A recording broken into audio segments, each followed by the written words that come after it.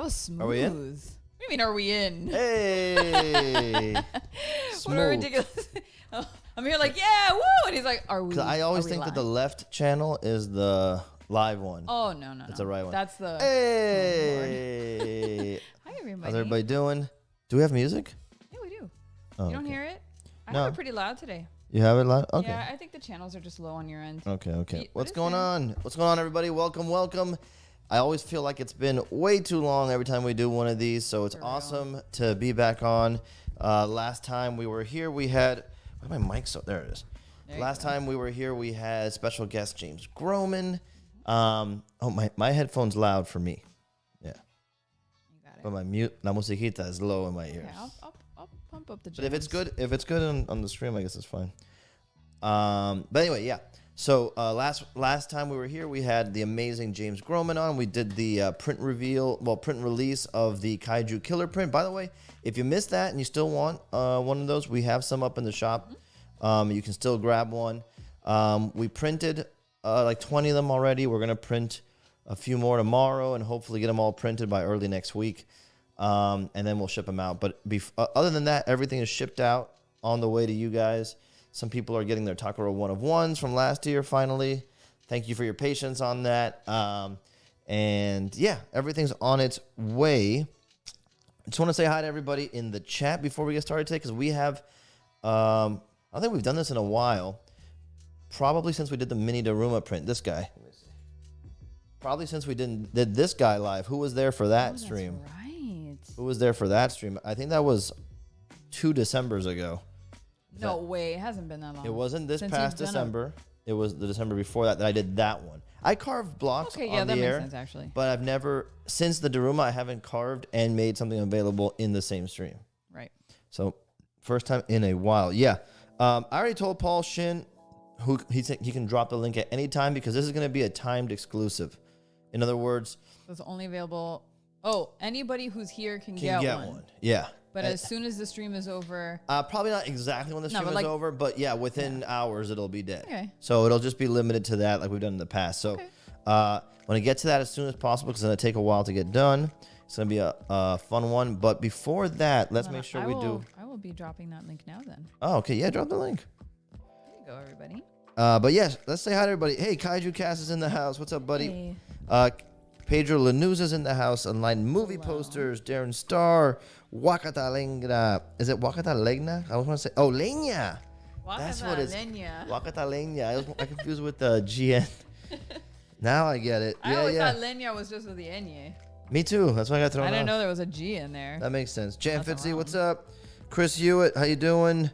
Odd Creations, Todd, what's going on? Yeah, it's still limited drop.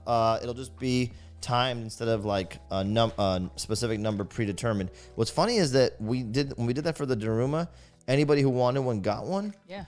And it was open even, I think, for like 24 hours or something like that after that. But for some reason, as soon as it closed, that's when everybody started DMing me like, oh, I want one. So it's funny how that works out, man. So you never know. Don't sleep on it. Yeah, just get it if you think you want it, because it's going to be one of those.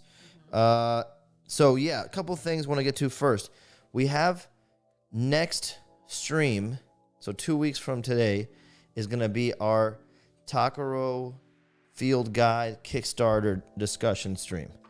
And in that stream, I really need all you guys, especially those of you who are hardcore, been here from the beginning, helping build this.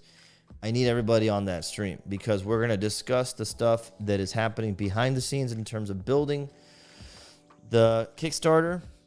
But I also want input from you all to see like if we're hitting the right spots, if there's something that we're missing that you can think of, and just get the blessing of everybody here, so that when we launch this, it has to be everything you've wanted and more. It has to be hyped up. It has to be something that makes you want to tell all your friends about, because I don't want to overblow it or oversell it, but this thing is pivotal.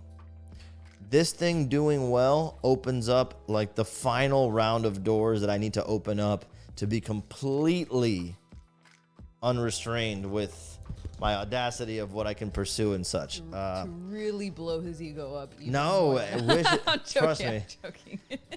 It's no, funny. it is. It's huge. Like No, yeah, it's that's really the goal for this year. Really is to get that off the ground. It would basically mean that everything we've done Takaro wise so far has been like alpha / beta, whatever you call that. You know, the pre-game, the exhibition for it. But the Kickstarter is how we launch it to the IP, the universe, to a wide audience. Still creating tiers that make it exciting and rewarding and beneficial to those of you who've been in for a while and want to really get involved and support in a big way. But yeah, it's going to be that time that I need you guys to evangelize for us, because we got to blow this thing up. The cool thing about Kickstarter is it has like this social network aspect to it built in. Like there's people who just hang out on Kickstarter and scout for stuff like this. Yeah, Jam Fitzy says he spends too much money there. He loves it and he'll be there for it. So you already know. Yeah. Oh man, Todd and the Dead Sams, you guys already got your print. You guys rock, man. Yeah, thank you so much. That's amazing, dude. I'm gonna start showing it off in just a second too, so you'll be able to see it. Yes. But yeah, I telling you now because in 2 weeks we'll talk more about it. But then I think we're planning midsummer for the Kickstarter. I'm telling you, I need you guys, man. I need you guys to show up. We got to call in all the troops. Any cool connection, any cool amplify. If you know someone who works for something that can help boost the signal or anything, this is going to be like our Braveheart moment. You know what I mean? So yeah, it's going to be big. Yeah. Okay, we'll talk more about that at the next stream in a couple of weeks, but just know it's coming. Speaking of though, I've been teasing this online a little bit. Good. I want to show you the update on it. Let me see. I always do this poorly. Let me just move this out of the way. Okay. Just bring it with you. All right. And here's the update so far on the Akukame print. I decided I'm going to like show this process as I've been carving, because I always keep stuff like this top secret until I show it off. But I feel like I'm going to just start showing off what I can as it's going, because I think it's fun to see that process. So I did a lot of this on Instagram Live like last night. And I think before then I did another one showing off some of the process, but we're like just about halfway done with it. Yeah, you gotten a lot of work done. Yeah, I was thinking that you were staying home playing video games. Yeah, right. Every time I've come home this week, he's been taking a break, and I'm like, what is he taking a break from? But now that I see it, I'm like, oh, I get it. I wake up with Gabby like at 6:30 every morning on teacher schedule, and I get to work like immediately after, and by 3 o'clock when she gets home I start taking a break. So no, you deserve it. It's backbreaking work. It is literally backbreaking work. Okay, then the other thing I wanted to show you, so more on that later, and that print will hopefully drop. Well, the plan is to drop that Akukame print during the next Skybound Expo, which I think is scheduled for February 18th. Courtney's in the chat, so she'll let us know if I'm right on that. But yeah, so if you're going to want to get that print, that's going to be February 18th at the next Skybound Expo. By the way, shout out to Jason Winters, Cuban Mo, and John R. Price, who have also oh, you guys freaking rock, dude. They're amazing, and we love them. The best, man. That's really an honor, man. You guys getting it sight unseen. Now wait till I show you that it's just a big butt cheek print. Well, it's not the most sight unseen because there's a picture online. All right. But Courtney says, by the way, February 18th is February 18th. Cool. Yeah. All right. Thanks, Courtney. Before we move on, one more thing. I want to show you some cool stuff one cool thing I got recently. Check this out. This is a Bosk Halloween mask that apparently was like a Walmart exclusive, and it's like a rubber mask, like Halloween mask. And normally I don't think these are gonna look that good when it comes to something Star Wars related, but this thing is awesome because it's life-size Bosk head. It's like that rubbery texture that works for like his reptilian skin. And there's nowhere else to get like cool life-size Bosk stuff. So if you're like one of those people who collects the Black Series helmets, for example, this is like the perfect way to fit right in. It's out of I don't know, production, I guess? There were a ton of them on eBay, and they weren't that expensive. They're like $40 shipped, something like that. Yeah. That's cheaper than the all imprint Star. All the helmets. Yeah. All right. Totally worth it. Yeah, I think. No, I think there's more things to talk about, like the enormous statue that's right behind you. Oh yeah, Mando. I'll talk about that on Instagram another day because we have so much to do. Yeah. All right, let's go to ArtCam and get into this. Right up. Aha. Is it on cam? It is. Okay. Okay, so I want it to be right there. Perfect. All right. So here is the design. The camera. Good-looking dude. Yeah. So it's, we're celebrating Lunar New Year, Year of the Tiger this year, and I wanted to do a tiger design. I had just done a full body tiger with the shin noodle soup design on it for Nongshim on one of the last expos. So I didn't want to do like another full tiger design again, although that one's more influenced by like Korean designs. So I wanted to do like a head design like this, straight on, a small print, something nice and tight like that, and potentially maybe even use this for merch later on if we have time for it. But yeah, this is the design, you guys. So I hope you dig it. I'm gonna start carving into it, but you can kind of see where we're going. This is just a sketch. I'm not sure if I'm gonna end up using it, but I had plans here to incorporate maybe some flower petals or something like that. But I don't know. It might not need it, and I might just want to like keep it clean and simple, so that for merch purposes and such. So we'll see. We're gonna get to that. We'll see. All right. So I'm gonna get right into it. What do you guys think? Flowers or not? Should I make it a poll? Well, no, it's not up to them because it depends on when I get here. Sorry, guys. I tried to bring you in and shot down immediately. No. So, yeah, no. I'm going to have to decide when I get there is all. Okay, so number one, I want to put the AC on here because I'm already hot. It is a little warm in here. Toasty. Toasty. All right. Second of all, let's see here. So what do we Gabby's going to man the chat. I am, always. And let's see. All right. What do we want to talk about while we're here watching you print? Well, first and foremost, who is Year of the Tiger? I am. Gabby's Year of the Tiger. I am. 1986, Year of the Tiger. Who else is Year of the Tiger? Somebody had said earlier that I think they were Year of the Horse, and they wanted to know if you were ever going to do Year of the Horse. When is Year of the Horse? I have no clue. So Year of the Horse people, chime in, let us know. Yeah. Is that next year? Is that coming up? I don't know what the rotation is. No, I also. Oh, Jam Fitzy, thank you. Michael A. also, thank you. Oh, you just rock. Kaiju Cast says my son Tigor is. He's Year of the Horse. Who? His son. He says. That's yeah. Oh. He is Year of the Horse or Year of the Tiger? I don't know. You're gonna have to clear that up for us, Kaiju Cast. Oh, Todd is also Year of the Tiger, 74. All right, welcome to the best zodiac sign. Yeah, come on. If you had to choose from all, I don't know. Dragon is pretty good too. Isn't Dragon one of them? I think Dragon is one of them. Dragon is one of them. Oh, 2026 is next horse. Thank you, Courtney. Oh, okay. So we'll do that in 2026. Okay, so if we're still around in 20, no, of course we will be. Dude, imagine, who knows what's gonna where we'll be at in 2026. What are the other rad, like, if you had to choose, if you could choose, like, if when you were born they said you get to choose. There's so many good ones. Pull up that little chart. All right, Let's see it. Chinese zodiac. By the way, did I tell you that me and my cooking club are gonna celebrate Chinese New Year next week? Oh yeah, wait, you took me off art cam. Oh, my bad, I'm sorry. It's okay. There you go. Nice. Oh yeah. So what are you guys gonna do? We have decided, because it's kind of last minute, we just decided to do it last week, but my kids wanted to celebrate it because one of the things they said for the new year, one of the cooking club resolutions was to celebrate more cultural cuisine, which I love them for that. That made my heart sing.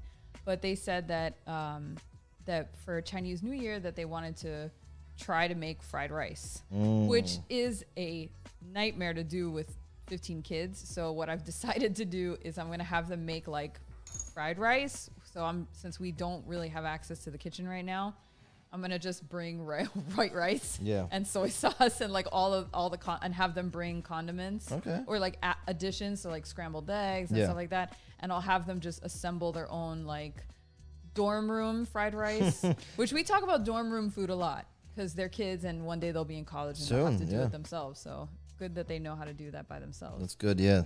But I think none of them are in the chat right now, so this won't spoil it, surprise for them. But I think what I'm going to do is secretly I'm going to order them a bunch of food to be delivered to the school. So they'll have their fried rice, but they'll also get like a bunch of other dumplings and chicken and all that, and noodles and good stuff. So it'll be fun. Speaking of dumplings, tomorrow our good friend Mike from Hungry Yokai in Miami is dropping a new pizza. You guys don't know this, but in Miami we have like a bunch of cool friends that work. Oh yeah, I forgot about him. I thought you turned him off. No, we have a bunch of good friends who work like in well, they call it F&B, food and beverage. I know it's such an annoying term. But they basically work in the food industry down here. And tomorrow, we're all getting together at one of our buddies' restaurants, which is an amazing pizza brewery called Strange Beast. The best pizza brewery out there because they feature my art on the walls, which is a sign of the fine establishment. Yes. And quite a fine establishment. And they're dropping, and they have great like Godzilla figures everywhere. And it's like a celebration of kaiju. Yeah, King Kong mural on the side of the building, and it's a super fun place. Shout out to Falco. He's in the chat. Oh, Falco's in the chat? He said he thought my club was a pizza club because I took my kids to his restaurant to make pizza, and now he thinks that it's all about pizza all the time. Which you're not totally wrong. You don't know how much I fight these kids to say, no, we're not doing pizza again. I didn't know Falco knew how to get on YouTube Live. I didn't know either, but welcome. He's kind of like the missing link between our generation and our parents' generation. I'm sorry, Falco. And I think he might be younger than us, too. We love you, but because we love you, we will troll you. You must be grilled. Yeah, sorry. By the way, you're in my dome now. Some people are saying Year of the Dragon is a good choice. Yeah. Year of the Cat, which I appreciate. Don't we have wait, is there Year of the Cat? There is no Year of the Cat. That's not even an option. Is that like Year of the Pig and Year of the Boar, depending on which menu, which calendar you see? Yeah, but what, you're going to take the Year of the Tiger and turn it into a cat? That's the closest parallel. I would choose dragon. If I could have, I would have chosen dragon or snake. Oh, look how weird. It's reversed here. Flip it horizontal, can you? Sorry, me. No, it's okay. I was tripping myself out. Hold on 1 second. I'm going to fix it for you now. What would you have chosen? Wait, what is yours? Mine's Year of the Boar, which is hilarious. It worked out so well. But if, like, when you were born or when you were young, if they had given you the option to change it, would you have changed it to something else? Or would you have been like, no, boars are still really cool? Well, the thing is that, like, growing up, the only time I would ever experience Chinese Zodiac is on a menu at a Chinese restaurant. I didn't really have another way of being exposed to it as a kid. Yeah. And most of the menus said Year of the Pig. And sometimes the pig looked like... No, it did not. Because there is Year of the Pig. There's also Year No, I'm trying to tell you that depending on the depiction, the artist or whatever, and I'm not even sure which one's more official, but... You usually see Year of the Pig. But once in a while at a restaurant, I would see like a boar depiction. I'm like, oh, that's cool. And if I saw that, then I felt cool about my year. But if I saw a little ass suckling pig, I'm like, ugh. I guess you're right. It is Year I was fat when I was a kid, so I'm like, oh, great. Oh my God. The Chinese paper cutting of the Year of the Pig is easily the greatest thing I've ever seen in my entire life. Oh Put it on the screen. Don't just talk about it. Oh you have the power to do that. By the way, a couple shout outs in the chat because I don't want anyone to think that we're ignoring you. Tell me. Colt is here. Hi, Colt. We miss you. Colt, we miss you. And dude, you got to schedule next stream to be available because you're one of the architects and engineers of the Takoro universe. And next stream, we're doing the Kickstarter strategy meeting with all of us. Yeah, you need to be there. So we need your voice. Dude, look at that. Can you see it? Hi, guys. Hey, I'm here. Trotting on in. You're the pig. You're the pig now. That's so good. Let's see. What else? Stupid. But, I mean, Year of the Dragon is really cool. I always used to like reptile stuff, so like Year of the Snake would have been cool. Although I would say that not knowing whatever the features are or whatever the attributes assigned to it. And when I got my tattoo of the boar, I didn't really think of the fact that I was the Year of the Boar. It was kind of like a coincidence. I think your whole life has been leading you towards the Year of the Boar. Yeah, it's so weird. Like, to change. Maybe we need to talk to the Chinese. Be like, listen, we know nothing. Oh, some of our friends. But can friends? it be changed? What do you mean? Well, we're talking about since it's the Year of the Pig, but it really, you want it to be Year of the Boar. No, like I said, I didn't know. I know there are some, when I was a kid, some menus would have the boar drawing, and sometimes it would say boar. I'm just telling you that it's random. I don't know why it's one. I wonder if it's like a translation thing. Might be. But either way, the artist would draw it differently. So Courtney says the anime Fruits Basket is all about the Zodiac, and you're right. And I haven't seen that anime in 1,000 years, and I totally forgot that. But now I have Crunchyroll, so get ready for me to be a total. What is the word that my kids told me the other day? Otaku? No, somebody who's really like senpai. A weeb. A weeb. Like WEEB. Is that derogatory? We're going to get canceled. By the way, my Instagram almost got canceled today, for those of you who don't know, because somebody wrote a comment in one of my posts that had nothing to do with Invincible, and they wrote, are there going to be any more Invincible issues coming out? I think that's because I wrote the post with, like you tag, like, invite a collaborator is what it's called, and so I always put Skybound as a collaborator. So maybe someone saw it on Skybound's page and was like, I don't like this guy. No, he just wanted to ask a random ass question unrelated to the post. Oh, I got you. I thought it was on mine for some reason. So you answered for them. I answered and I said, I answered on my own post, and I said, you're asking the wrong hairy fat guy, joke about me. Self-deprecating, joke about himself. But also referring to, Mr. Kirkman, our Lord and Savior. And so maybe that's why they got offended, because you offended the person didn't say anything. The person didn't respond at all. They don't have to respond. They can still report you. What I'm saying is it was instantaneous. Like the second I hit send. Okay, but that's why I told you earlier. Listen to me. Why don't you let me finish my sentence? Because you're indicating that it has something to do with someone else. No, I didn't. I was about to say that the algorithm. Yeah, of course. Wait, let me finish my damn sentence. No, but that's where I was going. Yes, the algorithm. I love you. The algorithm does that sometimes, but then you can ask them to review. I asked them to review it, but it takes as long as it takes them, and until they finish reviewing it, I can't go live on Instagram, which is hilarious. By the way, Raph says it's his birthday. What? Can we confirm? I need your birth certificate posted to the chat immediately. Raph, it's his birthday. And Happy birthday, dude. Happy birthday, number one. I think we knew that. It's my birthday, and I just got an email about getting a job offer. Oh. Raph.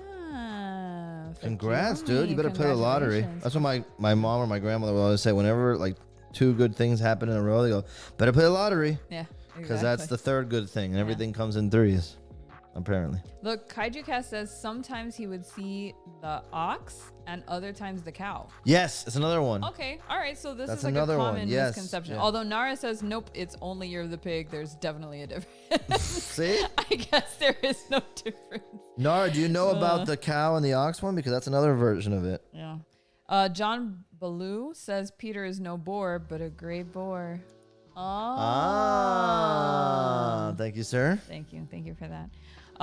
John R. Price, Food Wars. Yes, I'm currently on season 3 of Food Wars. That show's hilarious. It's so ridiculous, but it's so good. I don't watch it with Gabby. I just kind of watch it once in a while. But every time I walk in, I'm like, what is this show actually about? Because there is a lot of controversial camera angles in that show. It is. It was shocking to me. Let's not go be too descriptive, because I can't cancel again here. No. But if you have access to Netflix, you can see, I think, the first 2 seasons, and you'll understand what we're talking about. It's like deceptive. Yeah. Because you think it's just an innocent show, and it is. It's an innocent show about kids.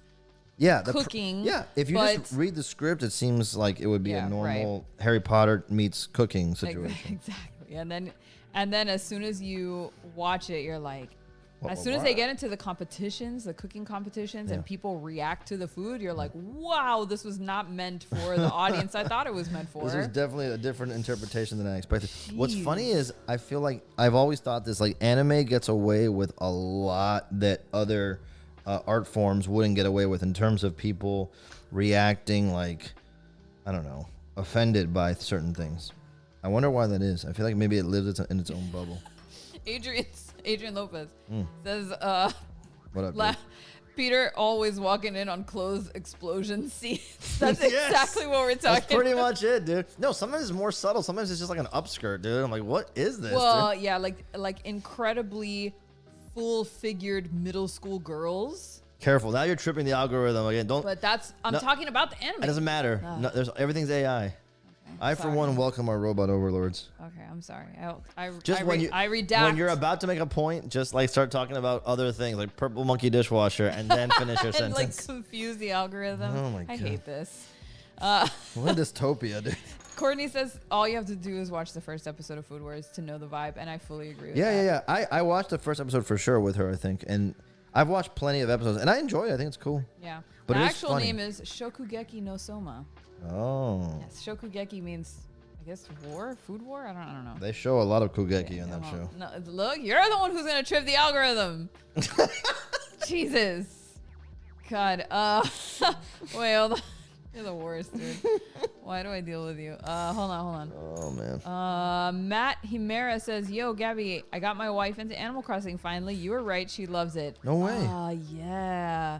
For Christmas, our neighbors bought their Santa brought their daughter a copy of Animal Crossing, and she is she's hooked, dude. But it's so good. If you're a kid playing that game, it must be such a delight. Like, I'm trying to think, what would I compare it to when I was a little kid? Because she's like 5. She's 6, but when we were when I was playing with her, because she came over the other day and we played for like 2 hours straight together, which is shocking for a 6-year-old to stay sitting for 2 hours. It looked like, but she plays it, and this is why I understood how little kids see the game. Yeah. It's a dollhouse. That's what I was saying. It looks like someone playing with Barbies. It's a living, breathing dollhouse for her. Like, the way she plays it is totally different from how you played it, from how I see my friends play it. Everybody plays it kind of like differently. She plays it with just enjoying life, and the rest of us, kind of the adults, play it almost as like objective based, which I guess it speaks to our fucking trauma of having to go to a job and complete a task and the grind. Must find purpose. Yeah, must find grind, must complete, must task. And she's just like, I just want to dress up all my villagers in ridiculous pink clothing, and I'm going to put this guy here, and I'm going to talk to him 50 times. And Gabby's like, to what end? And I'm like, but have you paid off your mortgage? She's like, what the hell is a mortgage? That's true, dude. That's so funny. And I'm like, here's some more Sanrio items. Yeah, she's like, keep living the dream, because I have definitely burnt myself out on that game, and I realize now that it's because I played it obsessively, like trying to seek a goal. No, don't you remember this? Everybody, I think, has the realization that game dropped in the darkest period of our lives, like early peak pandemic. Yeah. And everybody on the internet was like... It literally dropped the week after the pandemic started. Oh, really? Was that soon? It was like the first... I always measure it by the first day that the schools shut down. And my last day of teaching in 2020 was March 13th, which was a Friday. And it didn't drop, I think, until either the 17th or the 20th. I don't remember what it was, but it was like right after. And we were all under the impression that we were only going to be out for like 2 weeks. So I was like, I get 2 weeks to play this game without anybody bothering me. And then, it slowly turned into the, rolling shit show that it was. Your only social interaction. It basically became like, oh, cool, the world is ending around me. At least I can live in this fantasy world with my friends. And that's like literally how I interacted with my friends for months, was inviting them over and going to their towns.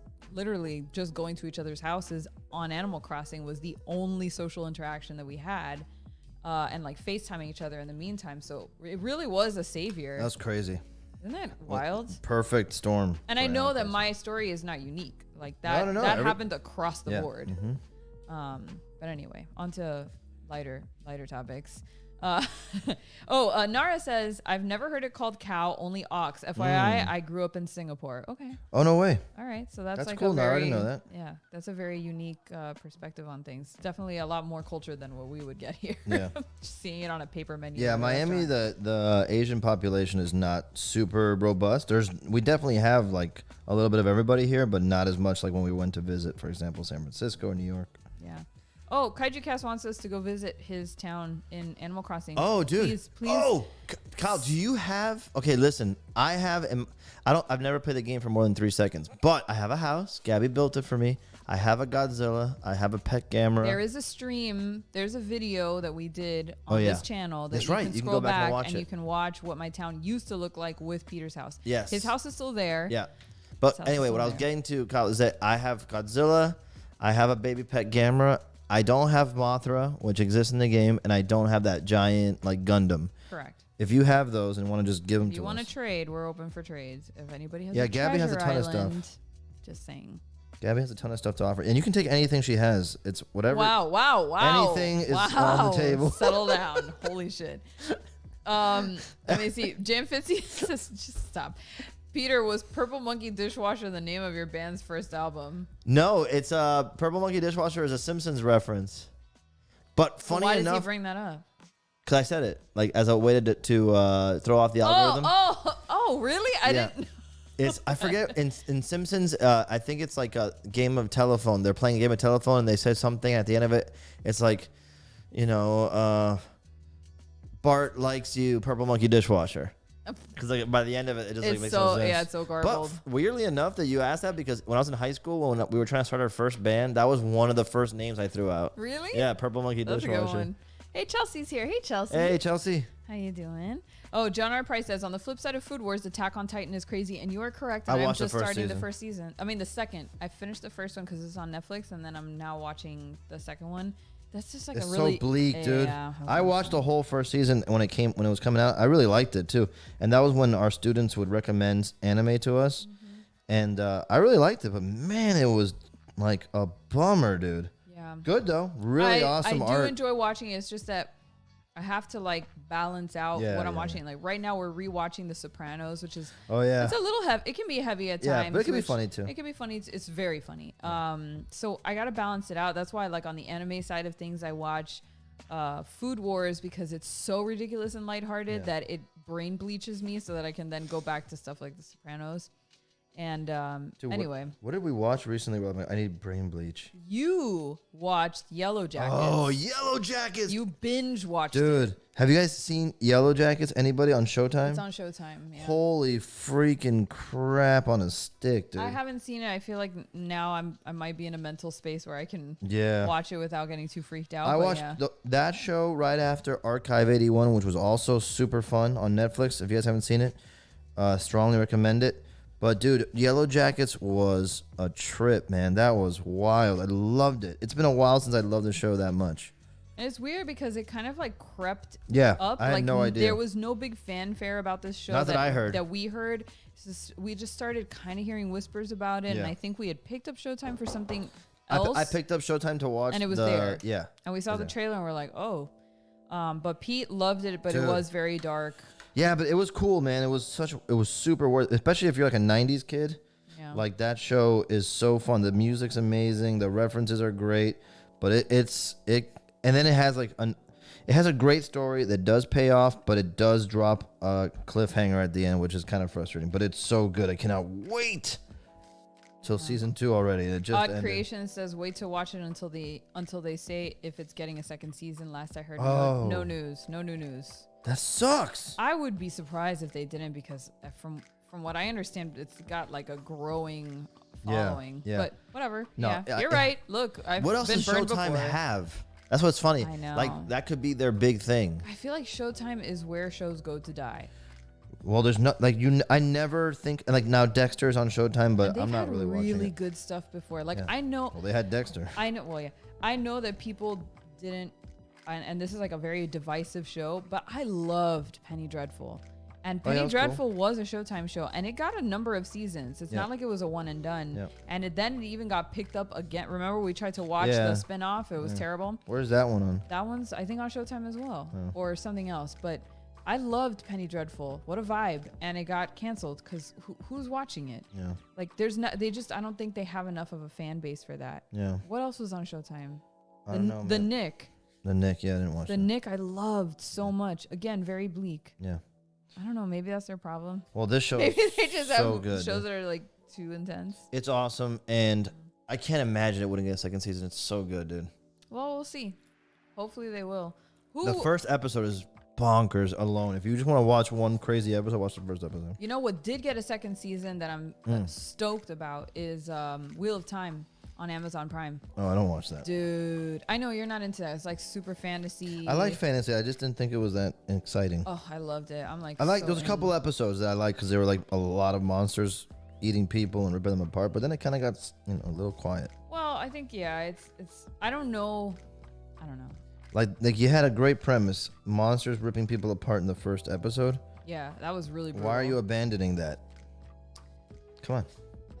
I couldn't tell you why. In my opinion, I am such a fan of like real fantasy that I don't need a lot of monsters. Yeah, and you just like it for what it is. I can literally just enjoy that world for what it is. That's my defense when people like don't like something from Star Wars that much. I'm like, well, I usually like it no matter what because it's just a place I want to like experience it via a show. Yeah, I really like the world building that goes on in that, and also it's a massive series. So like, we might just be scratching the tip of what that could be. Is that Amazon Prime? Yeah, it's Amazon Prime. Isn't that weird? Because they're also about to get the Lord of the Rings show. Oh my god! So they're gonna have like 2 high fantasy shows. My brain literally cannot handle. What if they eat their own? Like, what if that Lord of the Rings comes out and it's so good that like I don't care. I think a lot of people have realized that, you know, one of the outcomes, and this was an article that came out recently, that millennials, especially millennial women, are, and I would be one of these people, are like latching on to Lord of the Rings and becoming, there's like a swelling of fandom around Lord of the Rings happening again. Why? Because they say that, or they said in the article that women are especially drawn to series like the Lord of the Rings because it's about a group of hot sweaty guys. Well, not sweaty guys. Hot sweaty guys. It's about a group of people who are like heroes and they are dependable and they are decent, like the and Avengers. they are fighting to right the wrongs of the world. Yes, like the Avengers. And it's just very decent and wholesome. And I think in a world that's very dark, you know, and has been very dark, that's like there's something about that. You have to find the article. I'm not doing it justice, but I think maybe the studios are starting to pick up on the fact that women are kind of getting into fantasy now. Sounds very sexist. Why, baby? Why only women can like it? I mean, the article is just, why do you have to go there? Why do you have to go there? But why? No, I am curious. Like, why are they saying that that's like? Is it because like women previously didn't care? Either that, or they're just noticing that more women are like displaying or like openly like proclaiming that they are fans of this series that's 20 years old. I mean, the books are way older, but like the movies themselves are 20 years old. It's so weird to think that like you have students that weren't even born when the Lord of the Rings movies were coming out. I go through that with them all the time. That's wild. Anyway, let's see what else. John says, does Peter have a ritual place or direction in which he begins carving a block? Dude, I don't have a ritual of for anything, man. I wish I did, because I would probably make things less anxiety ridden, but I usually just try to get certain non-negotiable areas, like things that have to be perfect. I try to draw them very tightly, and I kind of leave everything else loose to like figure out as I get there. But I always try to start from those important areas and make sure I nail them, so that the rest of the print or the rest of the work that I'm about to do is worth the effort. If I started in an area that was kind of like peripheral or not that important, not the star of the show, let's say, and I put all this work into it, and then when I get to the important part, it doesn't pay off the way I hoped it would, then it kind of makes the other work like not worth it, so to speak. So that's kind of my formula, you know. I always leave room for on the fly interpretations. Like I call audibles all the time. Like, for example, right now, as we were talking about Wheel of Time and the medieval stuff, I had nothing really in these white eyebrows in terms of detail and pattern. And I try to not leave any big open areas like all black, all white. I try to always have a little something in every little area. So I just, on the fly, decided to put some shadow in here by adding these little sets of lines right here, right? And that wasn't planned, but I'll just, it's by feel. As I'm going, I figure that out.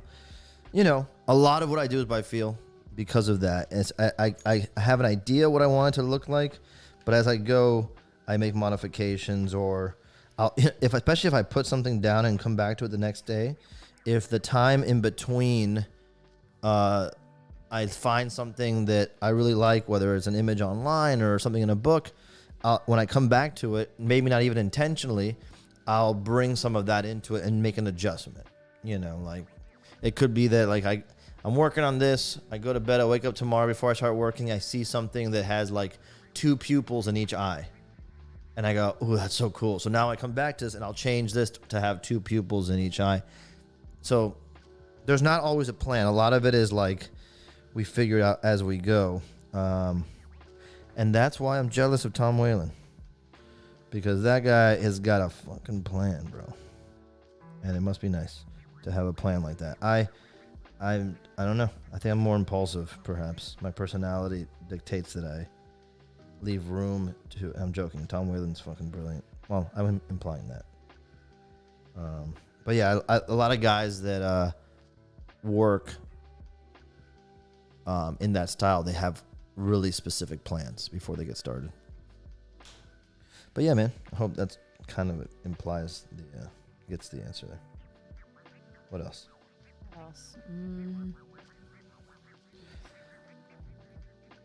Oh, The Witcher, another one that you didn't really like. No, I like The Witcher. I don't know exactly what's happening in it, but I actually like it, and I look forward to watching it. I just don't know what's going on. That's okay. Yeah, but I like it. Yeah. I like the characters. More monsters this second season. Although, to be fair, I don't really love their monster design and execution, but I still like the show. Yeah. I don't dislike it. It's just not like, that's not why I'm there. I like Geralt. Geralt. I love Geralt. Obviously, I love, what's his face who plays him? Henry Cavill. Oh, I love Henry Cavill. Yeah, he's great. And apparently he's like a huge nerd Super about The nerd. Witcher. Like, first of all, he's a super nerd about across everything. the board, but like especially about The Witcher, he's I love very that. well versed on the lore, Yeah. and he will stop production to like correct people on the script and stuff that. or like how something's happening, because he's like, that's not how it happened in the book, which I feel that very deeply in my soul as a fellow geek about stuff. I love that. Yeah, so I really like that. But they got picked up for a third season too, Yeah, so we're good. It's already permeated the culture. Yeah. Dude. Like I sing the song please. all the time. Yeah, and you don't even like the show. Going to the Witcher. That's my only disappointment for season 2. They did not sing that song. Well, we got Burn Butcher Burn, which wasn't so bad, but it wasn't Toss a Coin. Yeah. Jolly Ginger Giant said, I'm salty at the changes from the book, but they brought me back with the last few episodes. I'm assuming that you're talking about the Wheel of Time. But the Wheel of Time is one of those. Yes. It's one of those books that I never picked up. I kind of want to now. So you don't have that bias. So I can't really knock it for anything. Keelan was saying the same thing. Yeah. That his wife, that's her favorite property of all time, Wheel of Time, like forever. That's her favorite fandom. It's her number one thing, and so she was stoked because of how much they invested in the show, but she didn't connect that much with the execution on the show because of how different it was. Well, as somebody who's never read it, I feel like I'm engaged with the story, and I'm very interested in the world. So they clearly didn't do a terrible job with adapting what was written in the books to the series, because it's catching people's attention. And like, if you go on YouTube, people are really fangirling out about this. Or fan peopling, whatever you want to call it. Sorry, you called me sexist earlier for talking about how I didn't women say like the I didn't say Hobbits, you. so. I said first of all, I was tongue in cheek, and second, I was referring to the thesis of the article. Why can't it be about just women? No, I was implying that why weren't they taking into account Men as everybody? But then I thought through it and I realized that it's because we generally are attracted to that kind of stuff. Historically, more so. And we all. I mean, at least stereotypically. Yeah, but I think they're doing really well with that franchise, and we're gonna get another season of it, and people are loving everything about it. They put so much into the costume design, the set design. It does the look casting. They really did a great job with all of it, and so it's a compelling watch now. That gets me excited for Lord of the Rings too, because it's like every episode felt like a little movie, you know. Yeah, Nara makes a good point too. He says, the system in Wheel of Time is matriarchal instead of patriarchal. Like, it's very, very obvious from the beginning that this is not a world modeled after what we're used to. And on top of that, he says, I've never seen so many people of color in a show before. That is a good point. Is a fucking great point. Yeah, that's a great point. And I noticed that too. And it's just not even. And it's not done in a token way. No, and it's not even a topic of discussion. No. It just is. It just is what it is. Like, it's still based very much on like where people come from within that regions world. matter, like, and all regions definitely matter in the way that your DNA, your genetics, all that stuff That's is. true. Like, but it's not like a point of contention. Yeah. It's not an issue. And That's a good point. You still have like strange kind of like weird creatures mixed into the world. Right. So on top, I think that's what was why that weird guy, that bull guy, or what was it? He was an ogre. Cool. An ogre. He was well, no, but like. It was the builders. But he looked like what animal? Like a cow? He looked like a yak? like a bull. Like he looked he almost looked like he had cloven feet. Like he doesn't though. And his face is all messed up. Wait, who are you talking about? The guy, okay. Was this Witcher I'm thinking maybe? No, we're talking about Wheel of Time. No, but I'm asking you, where am I thinking about? There's a character in one of these two shows who looks like a bull or a yak or something, and he was like... That's Witcher. That's Witcher. Oh, yeah, okay. yeah. No, in the Wheel of Time, there is a character who he's like, they're called the Builders, but he presents almost like what you would typically think is like an... I don't want to say ogre because it's not really ogre or orc or anything. Orcish, like, no. He's just big, like he's massive, and it's an awesome character. That's cool. Like he's massive, but he's very gentle and slow and very introspective. So it like kind of breaks your concept of what somebody that size would be. Right. But also played by a person of color. He's a black guy, and I don't remember what the point of that character is. He's got some sort of special insight into how the world works. They haven't really explained it yet, but man, amazing. It is cool. I remember as a kid, you would always see like English dudes in fantasy stuff. Right, and now it's like everybody. Let's let everybody in, you know. So speaking of shows, I would like to know all of our friends' opinion. Who here is watching Book of Boba Fett? Because I understand that it's not as beloved as Mando was. I know it's a little bit hot and cold on some of the episodes, but I love it. I wasn't a huge fan of the Power Ranger Vespa gang, okay. But other than that, I'm super into it. And then plus that last episode, that last episode was everything. Careful, because there's some people who probably don't want to hear spoilers. I'm not going to say anything. I'm just saying that like that last episode renewed my... No, I say we should be able to talk about spoilers. Like just say spoiler warning. It's your show. You want to, if you want to talk about it, it's already been enough time to watch because people could have watched. I feel like, and I know that... If it comes up, I'm not going to No, I'm not. But I feel like I was even the second to last episode before this one. What episode was this one? 6? This was episode 5. 5. So episode 4 is what you're talking about. Episode 4, I fell asleep. Yeah, but you came. I mean, I came right home from work. It is more of a chill show because it's more like. Yeah. But to be fair, a lot of the shows you watch are chill shows. You just watched it right when you got home tired from work. Yeah, potentially, but it hasn't. And you almost fell asleep yesterday. When? Watching the last episode. No, at all. Okay. Not at all.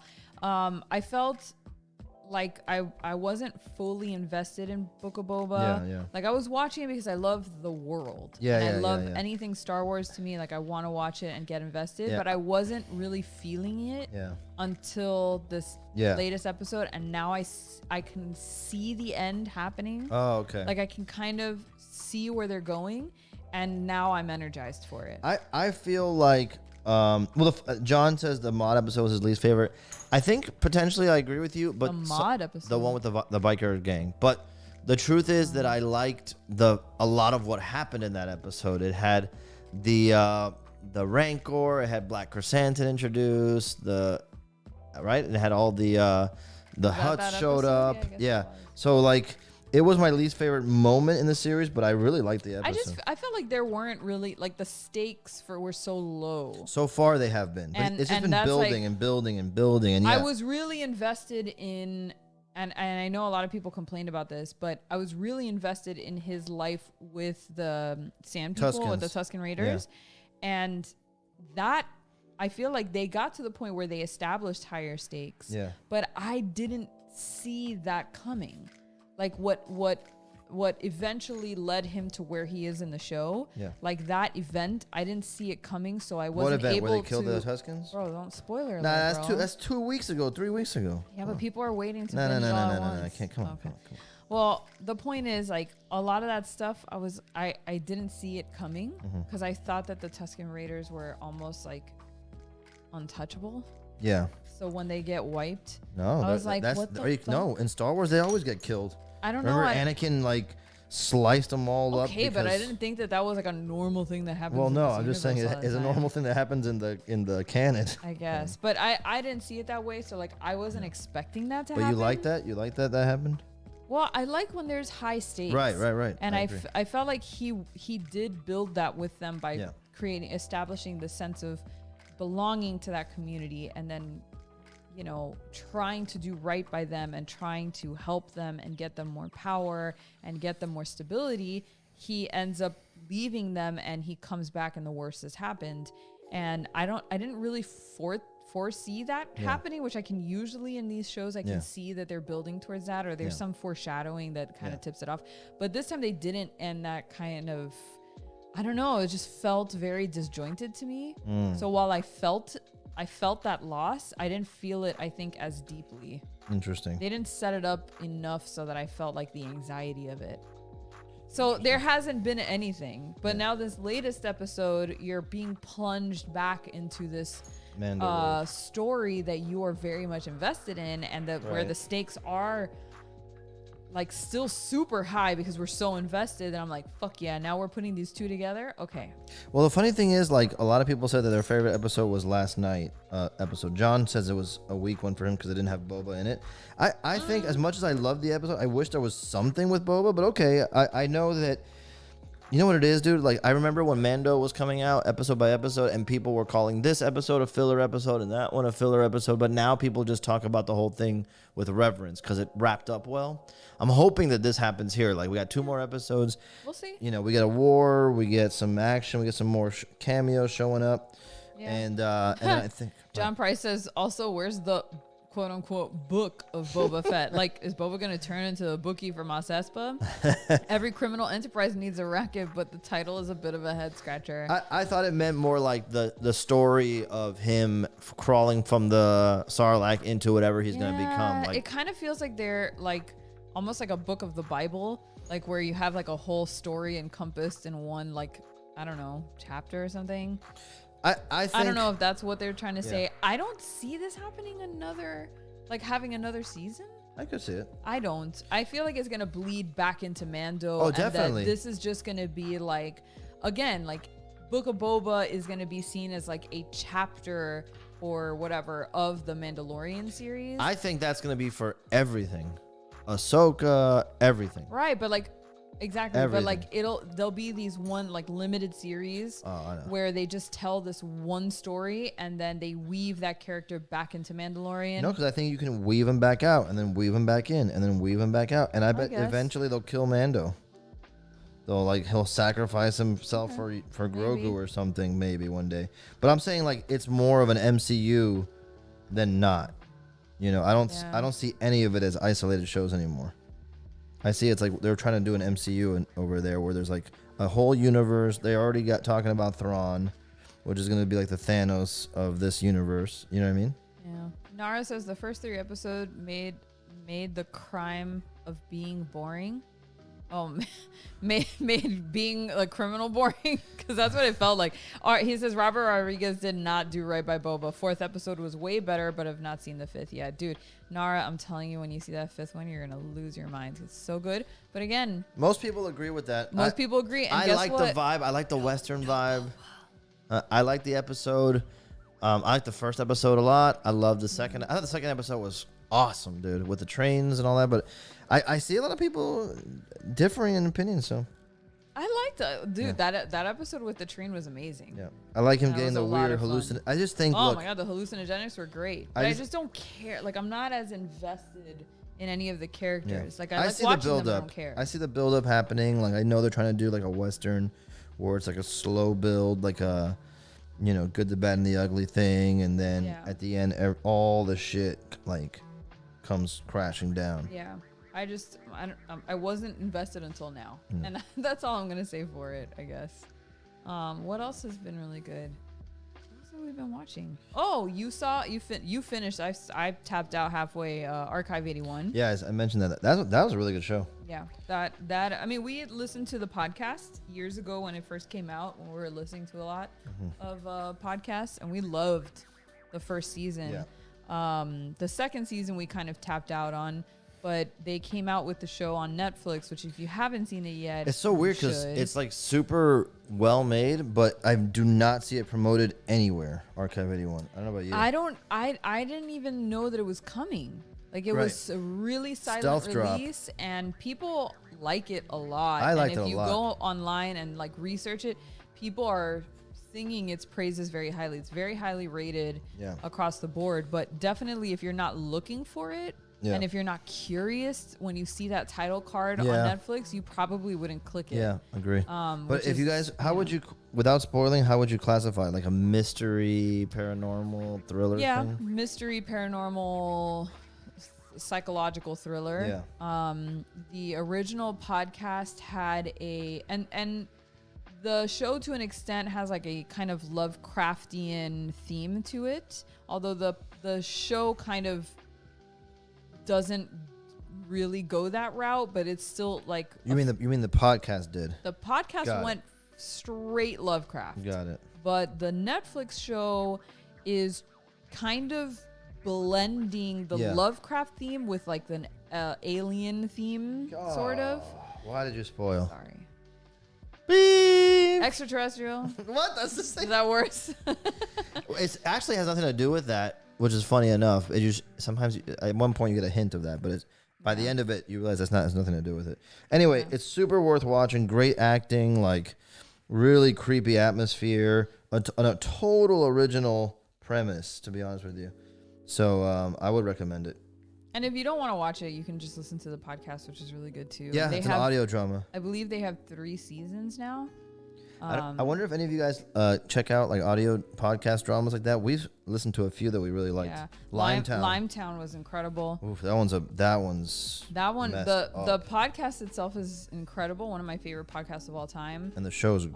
And the show was really good. It was an adaptation for sure, and there was a few liberties that were taken here and there with like how it plays out, as all of these are. But the core it of the was story on, was still there. It was but great. the problem was, it's on Facebook Watch. Which what the hell is which that? Is like, and they never got renewed for their second season Which because sucks. who the hell is watching that? You know. And but it's a good single season show too. If it never gets renewed, it's still good. There's like a season 1.5 that came out in about 2018 or 2019, if I remember correctly.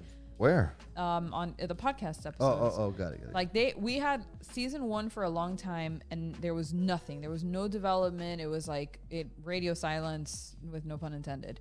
And then in 2018-19, the producers said they weren't. They were still working on season 2, but they had should pull up like some images of it. Season 1.5, if you want to call it that. Yeah. To sort of explain what was going on and give more context to the world. And it wasn't my favorite, but it was pretty solid. Dude, the show has a premise that I don't want to spoil that is so wild. The story just centers around a mystery. It's like a town that basically... But don't say anything else on that. No, I'm going to tell you exactly what the summary is. The Limetown centers around a mystery of a town that disappeared. So look, I'll read it straight from the website. Here, the 6-part podcast that started it all. 10 years ago, over 300 men, women, and children disappeared from a small town in Tennessee, never to be heard from again. Oh, Raph, that's your people. American Public Radio reporter Leah Haddock asked the question once more: what happened to the people of Limetown?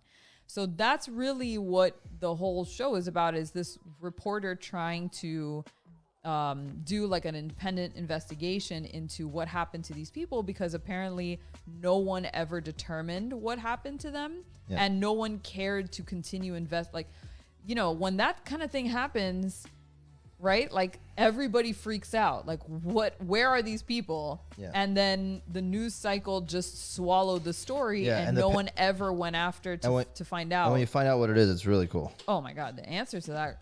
The answers to stuff like that is usually not that cool.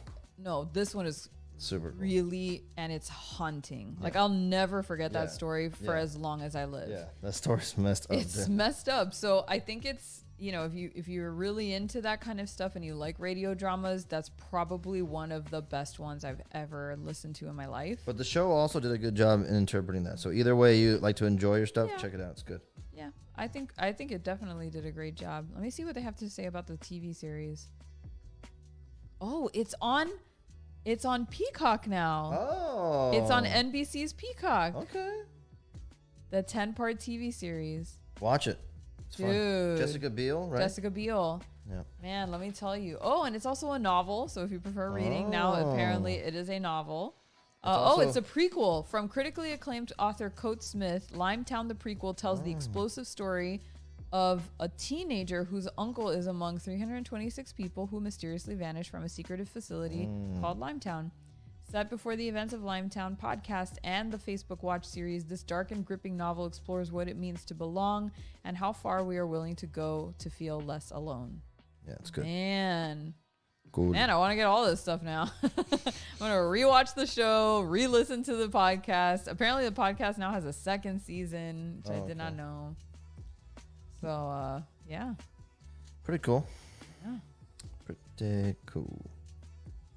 Yeah, I love those. What was another one? I used to listen to the Black Tapes podcast. That sounds familiar. Do you remember that one? I don't remember the content as much, but I remember talking about it. Yes, it's called the Black Tapes podcast. It was a weekly, so it's very much an episodic thing. But the Black Tapes was basically, all of these tapes that were being uncovered that show like paranormal stuff. Hold on, I'm gonna see if I can write. It was the best podcast of 2015. It was so long ago. When I first met Gabby, she was hardcore into all these, and I never heard really any of them. And we had so much fun listening to all of them. Pacific Northwest Stories and Minnow Beats. It's hosted by Alex Regan. The Black Tapes is a serialized docudrama about one journalist's search for the truth, her enigmatic subject's mysterious past, and the literal and figurative ghosts that haunt them both. Yeah, How do you feel about paranormal activity or the supernatural? Ghosts, spirits, demons, do you believe? It's awesome. Like, it was really, it's one of those podcasts that you got to listen to in the light of day because otherwise you're going to be so freaked out. I thought you were going to say in the dark. Like, you never would do that. No, well, we used to, like, me and my sister-in-law used to listen to it at night and be like, why did we choose this path? This is a terrible idea because it's so scary. And I think they had a spin-off too called Tannin. Oh, Tannin. I do remember something like that. Was it called Tannin? Tannin, yeah. That was like some weird... It was like somebody trying to discover the mysterious lost whatever of... I was like, Tannis was the name of it, not tetanus. Tannis was like, here we go.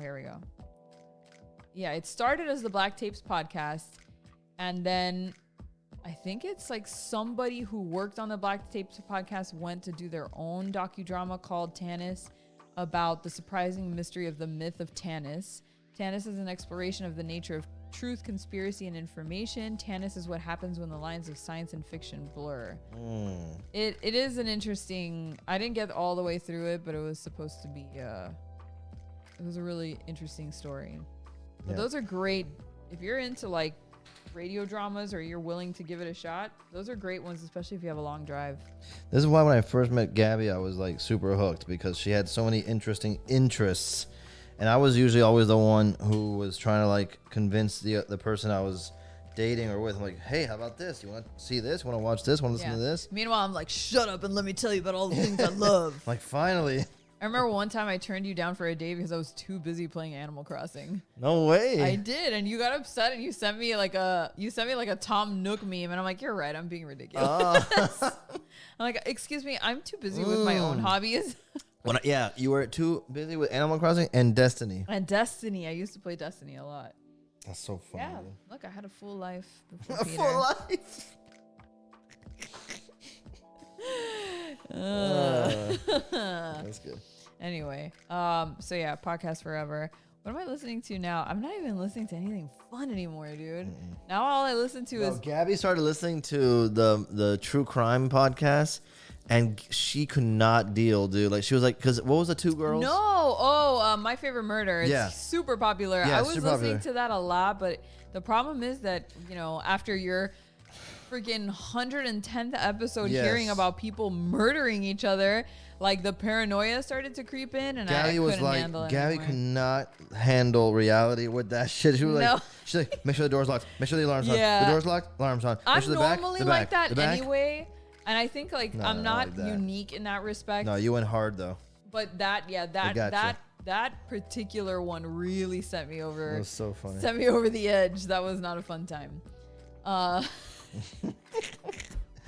It's too bad because I missed that podcast so much. It was so funny, and so interesting too. But like, man, I couldn't handle the paranoia, dude. Dude, John Ballou says, do you usually do all your carving standing? Yes, dude. Yes. And it sucks. That's why I said at the top of the show, I'm like, I know that, like, I tongue in cheek make fun of him for being like resting on the couch when I get home, but the reality is that I know what he does all day. I stand all day, dude. I've been standing desk before there was standing desk, and like my neck gets sore like throughout the day. Yeah. So sometimes and then by the end, I usually don't sit the whole day. Yeah. The whole day. I don't usually take breaks, to be quite honest with you. But this recent print of Akukame is so involved, I've had to like take a few breaks. But when I finally crash at the end of the day, and ask Gabby, like sometimes, most days I don't clock out till like 7:30 or 8. Yeah, because you take a break right when you get home. You're usually taking a rest when I'm getting home, and he'll usually take a little rest with me, and then I will typically start doing my own thing, and he'll be like, well, I'm going back to work. And he doesn't emerge from this cave until 7:30, 8:30. Yeah. 7 o'clock is early. Sometimes worse. Yeah, sometimes it's been 9:30 at night, and he's still at it. Because if I catch a wave, I'm like, okay, I got to ride the wave. But then I'm like, but I'm not going to spend the whole night like this, because then I regret not hanging. I want to know if you have a standing mat, and he does. Oh, that's a good idea. No. It is a good idea. We should get you one. I have. Yeah, that's a good idea. You have a rug, but it's not the. Yeah. I have this friggin' like old bath rug that I like ball up. In fact, I should be standing on it. But that's not. I should get a standing mat, dude. I'll get you one. Amazon that thing right now. Okay, right now?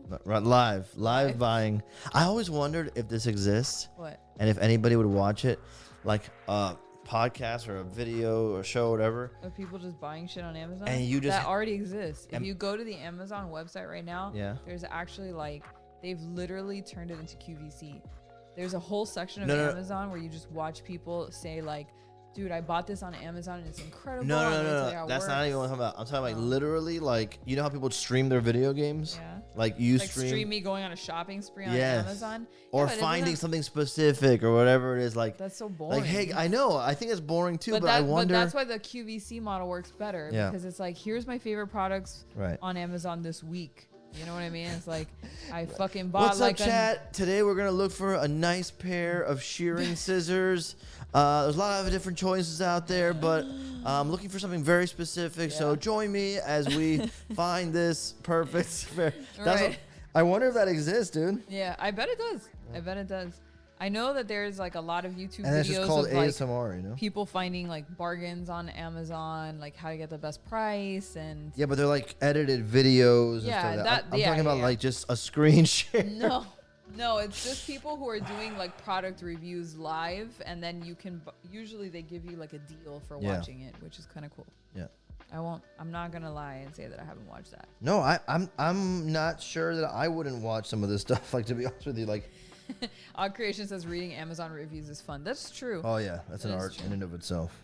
God, some of them are really fantastic. BuzzFeed does a pretty good job in their shopping section of BuzzFeed, where they like compile the best reviews of a product. Yeah. Or they'll compile a bunch of products and then attach the best review of those products to the article, so you can read. It's like a best of Amazon reviews. That's my best late night reading when I can't sleep, is I go through BuzzFeed shopping articles. Yeah, I just wonder if there's like an ASMR like type thing where like someone's just clicking and like saying, yeah, I'm gonna get some chips.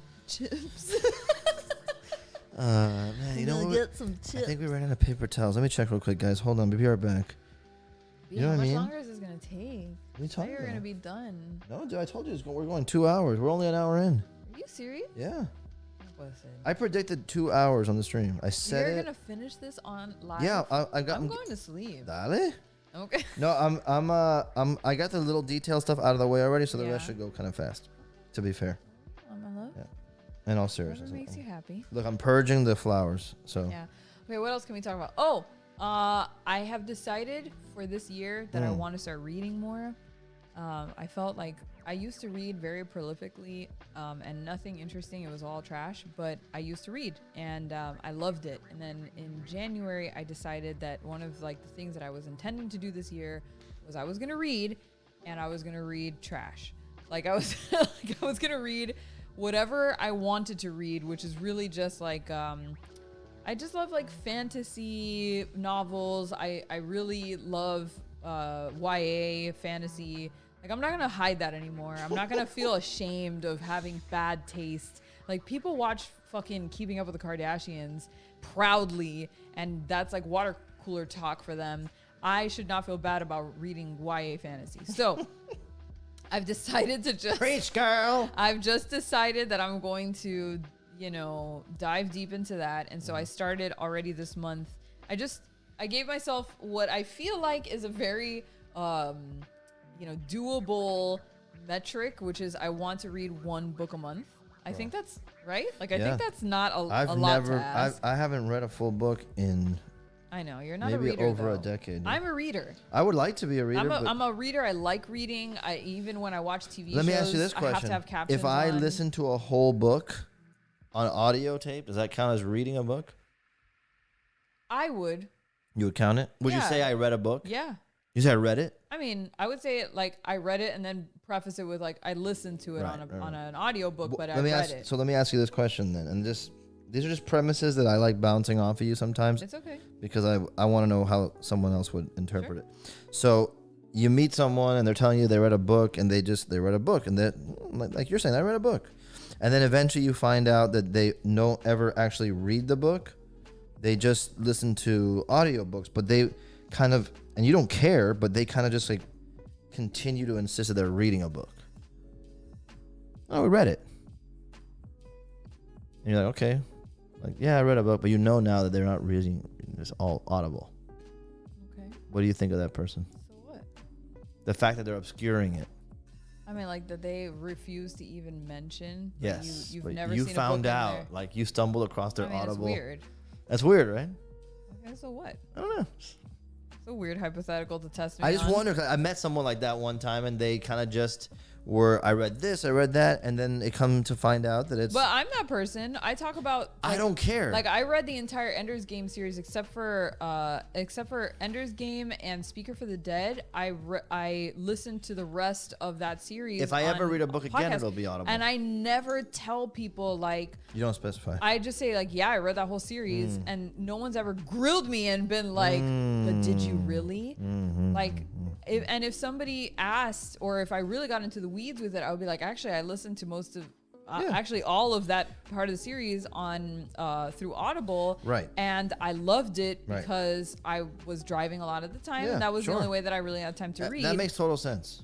No, it's not reading, and I guess if you met somebody who was like a total stickler for like, but the experience of holding the paper book, like, are you also gonna get on somebody's case because they read it on an ebook reader instead of on physical paper? No. Like, why do we have to split the hairs like that and come down on people for that? Yeah, like, I'm not. Who cares? I'm just saying I'm not. I don't care. I'm impressed with anybody consuming any kind of information. I'm just saying like.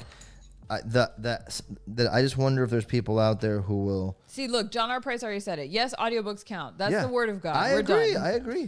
I'm just because you can't, because the act of the word reading indicates something different that doesn't happen on an audiobook. That's all I'm trying to say. Yeah, but you are. Okay, consuming like the way that I feel about audiobooks. There's not a verb. There's not. I listen to it. See, look, Courtney said it. You're intaking the book. Like, yes, you cannot just listen to an audiobook and do 1,000 other things. Right. You have to be paying attention, which is why people listen while they're driving, or listen while they're doing chores, because you have to be mindless while you're doing it.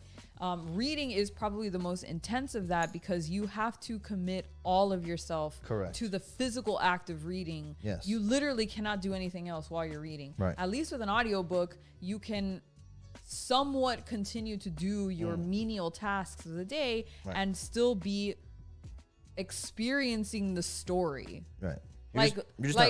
Oh, I'm sorry. Like, okay, what about before there was the written word? Like, I'm sorry, you don't know the stories of my people because you only heard it. Fuck off. You still know the story. I'm just saying you didn't read it. So who cares? I don't care. I'm just saying that, like, that's elitist bullshit. No, I'm not, and I don't have a preference one way or the other. And like, if somebody was that if somebody was that insistent in always saying, like I read it, I would think one of two things. Right. Either A, they're too preoccupied with the idea that somebody else would think that they're not worthy of knowing or discussing the story because they didn't physically read it. Right. Or to them, there is no distinction. Like, what if they say, I'm a big reader? I would still take it even if they admitted it, like, I don't have time to actually physically read, but I listen to audios. Yeah. No, I listen to audio podcasts. No, but they don't say that. They just say, I'm a big reader. Fine. Because maybe they understand that a lot of people don't get that. Oh, okay. That's good. That's a good argument.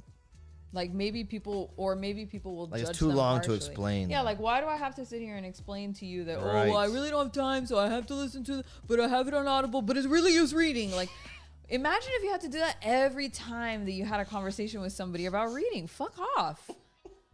Like, fuck off. How about I just... Look, John Ballou says, how many of my book reports in high school were really just, I watched the movie? Exactly. Yeah, how many of my students were just like, Spark Notes it, bro? Like, you didn't even get close. So, I don't care how you consume the story as long as we can talk about the story and, like, the nuances of the whole plot, then like that's all that matters to me. I don't really give a shit how you did it. Yeah, it's just you just can't say you read it. Is all.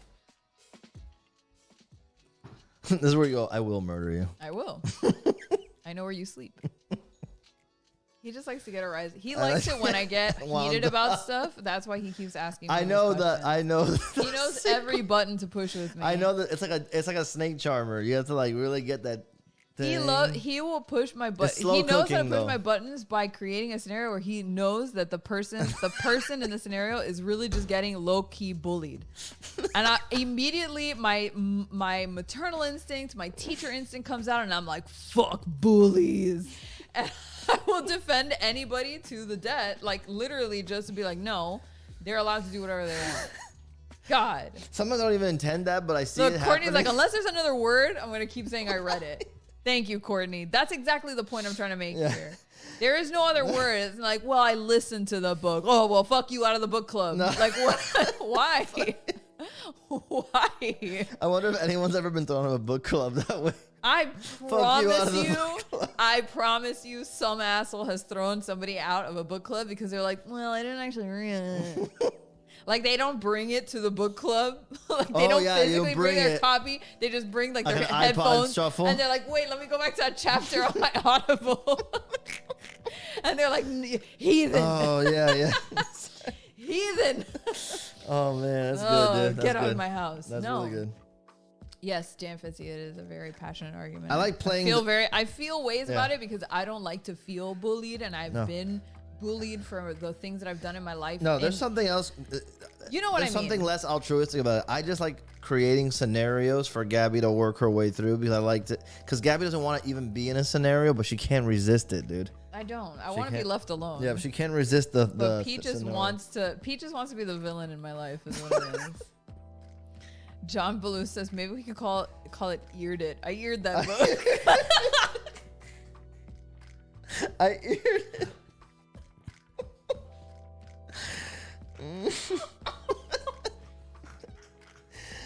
I like when he's like, I eared it. I eared it. I eared it pretty good. What the fuck? People just look at you like, holy shit. I just got a visual like you wiping your ear against the. You like lick the page and slap it against your ear and go. Yeah. I heard it. Or yeah, Ed Sheldon. I heard that book. I heard that. Love that going up to someone and be like, yeah, I heard it. Yeah. That's the thing right there. It called to me.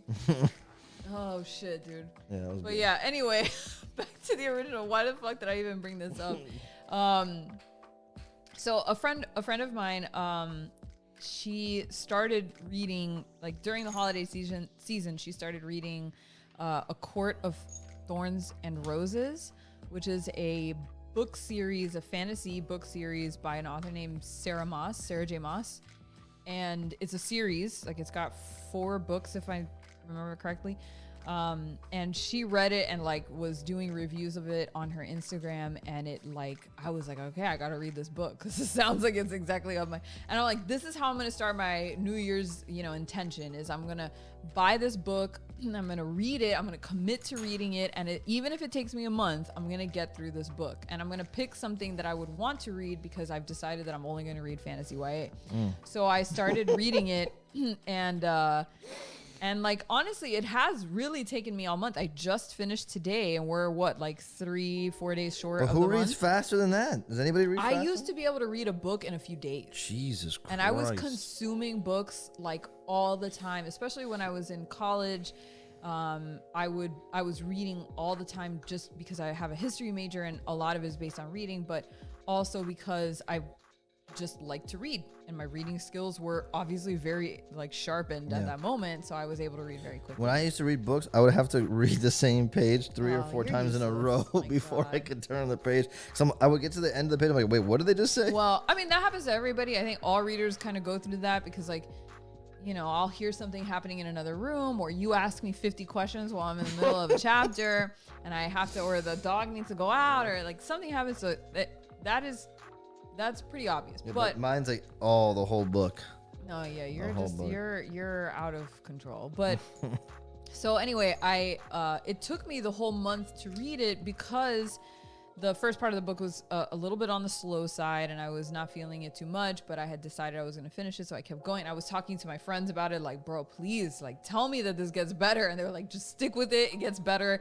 It fucking got better.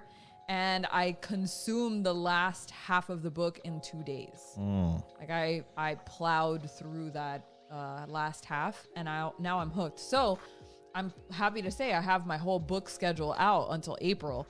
But if you have any recommendations for me, I would obviously very much appreciate any recommendations for anything fantasy. Nothing too lofty. Like, I don't, you know, if it's too complicated to read through, I'm really not into it. If it's really too old, I'm not into it. I won't. What do you mean too old? Like, I tried, like, for example, years ago, I tried this exact same New Year's thing again with books. And I'm like, oh, I'm going to hit the classics. Like, I'm going to start with, I was at the time that show Sherlock was out. It was like very current and I was obsessed with Sherlock Holmes. Yeah. So I had decided that I was going to read the original stories. And I couldn't get through it. Wait, quick interruption. Ed Shaolin says, "What do you use to sharpen your blades?" Dude, to be honest with you, I don't sharpen my blades. I use them until they're dull, and I just peace out with them. I have a sharpening stump that you're supposed to use for these tools, but I don't feel like it works that well. So I just peace out and move on. Luckily, though, I'm kind of spoiled in that regard that the awesome people at FlexCut, they sent me lots of tools to use. Even though I kind of just use the same, like 2 of the same sizes throughout the whole thing. But yeah, I kind of just bail on them as soon as they start getting dull. All right, my love, sorry to cut you off. No, not at all. That was a good question. I've seen you sharpen them a few times. I've tried to sharpen them, but the results aren't worth the effort. Right, but you have like a sharpening stone here. Yeah, it's just not that like great. No, I know. And it's just not worth. Like, again, it's a time versus money thing. Yeah. But yeah. Anyway, I tried to read the original Sherlock Holmes, and it's obviously whack. I mean, it's when was that written, in the 1800s? Like, I'm not reading. I can't read 19th century literature anymore, apparently. So couldn't do that. Try earring it. Huh? Try earring it. I tried. I did actually. I successfully was able to ear one of the stories last year when we were moving. Oh, okay. I heard one. It wasn't like an original. It was a new chapter of Sherlock Holmes by somebody else who took up the mantle after. What's his face? Arthur Conan Doyle, after he passed. I don't know what I was gonna say. Sir Ian Malcolm. Isn't that the guy from Jurassic Park? I'm pretty sure. Stupid ass. But that I was able to get through because I think if somebody's reading it to me and acting it out, it sticks more. But so anyway, like, the old stuff doesn't work for me. It has to be kind of modern. One of the best audiobooks of all time is Bruce Campbell's "Make Love the Bruce Campbell Way" and If Chins Could Kill. Confessions of a B-movie actor, because the audio performance is Fire Nation, dude. Top Top-notch. Yeah, it's the only thing Peter will get through is a Bruce Campbell document. And it has to be eared only. I cannot sit and read that shit. I have the book signed and everything, but he's never cracked it open, not once. Only to get the signature, and that was yeah, only to let the fucking moth out that was dying in there. So anyway, but yeah, so if you have suggestions for anything like that, please send them along. There's a lot of stuff that's on my list. Like, I kind of want to pick up Wheel of Time now, although it's a big one. There's a couple of other ones that I think would be fun to read. But yeah, just let me know. Obviously, hit me up on my Instagram. Send me a DM with your recommendations. I need to fill my Amazon cart. I've got to fill 12 months worth, and I only have the first quarter of this year taken up by the series, and I don't know what I'm going to do after April. So let me know if you know of anything good. Courtney said Skullduggery Pleasant. Sounds cool. She says, if people enjoy Harry Potter type books, I highly suggest Skullduggery Pleasant. It's same new type magic user, but instead of it being at a school, the main character is taught by a detective, which I love. So I've already added it to my Amazon wish list. So it's on my list. I don't know what else I would read. I've considered obviously reading. Oh, I didn't know Howl's Moving Castle was an audiobook. That might be a good one to read too. I love that. Obviously, the movie is incredible, but the book might be fun. There's actually, because it's on theme. Tell me.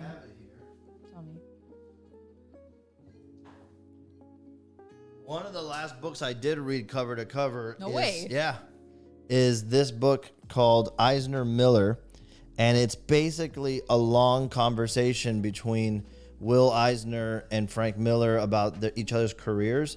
Today's Frank Miller's birthday. And he's one of the greatest of all time. So if you have any interest, not many people know this book exists. It's a Dark Horse publication. I imagine you can still find it online, but this thing is incredible. Two of the greatest ever in our industry, in the comics industry. And it's just them talking to each other. It's a whole conversation transcribed. Flew through it. I ripped right through it. And I usually, like I said, it takes me forever to even get through the next page. No problem on that one. Eisner Miller. I've never even heard of that. Yeah. That's awesome. Yeah, it's really good. Yeah. Oh, look at that, dude. The Howl's Moving Castle series is a series of 3 books, and apparently the movie was only based on the first book, but there's 2 more continuations after that. So yeah, I'm in. Adding to wish list. Thank you. That's like the Akira mangas that they. Oh, they're super long. Well, you could fly through those, but there's way more that's in than what's in the movie. Yeah, I remember when you were reading them, and you were like, "What?" I didn't really realize that there was so much more. Yeah, if you're a fan of Akira the anime, dude, check out the mangas. And I never read mangas, just don't have time, and not a lot of it appeals to me. But dude, that one is a masterpiece work of art, transcends the medium. So how are we doing with this carving? We're almost done. Yeah? I mean, so you can see, like, I got to do this on this side. Okay. A little pieces here, which are kind of quick. And, yeah, I'll probably, like, put some action lines here, chop off the top there. Okay. We're almost there. I think we're going to make my goal. I said 2 hours. I got half an hour to go. All right. So you keep them going. Think you only need 30 minutes? Yeah. What else have we been watching, my love? No, I can't be involved right now. You can't be involved? I'm sorry. No, I'm kidding. No, I'm kidding. Let's see. Kaiju Cast says, the last book that I read was the Ishiro Honda bio, but I eared Matt Alt's Pure Invention. By the way, if you guys are big fans, I mean, we talk about it all the time, but if you're big fans of giant monsters and like Godzilla and Ultraman, all that kind of stuff, make sure you're subscribed to those 2 channels, Kaiju Live and Collect All Monsters, because those are great. And Kaiju Cast, Kyle runs Collect All Monsters and the Kaiju Cast, so check them out. Really good stuff. Ooh, Raph got one. Thanks, Raph. Oh, Raph, thanks, dude. Happy birthday, brother.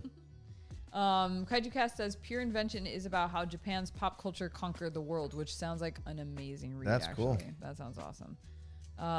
Let's see, what else have we been watching? We've been watching The Sopranos. Yeah. Finally watching it. Gabby's first time watching for Gabby. More over 20 years after it came out, I started. Did you think you were gonna like it? Because you like it, right?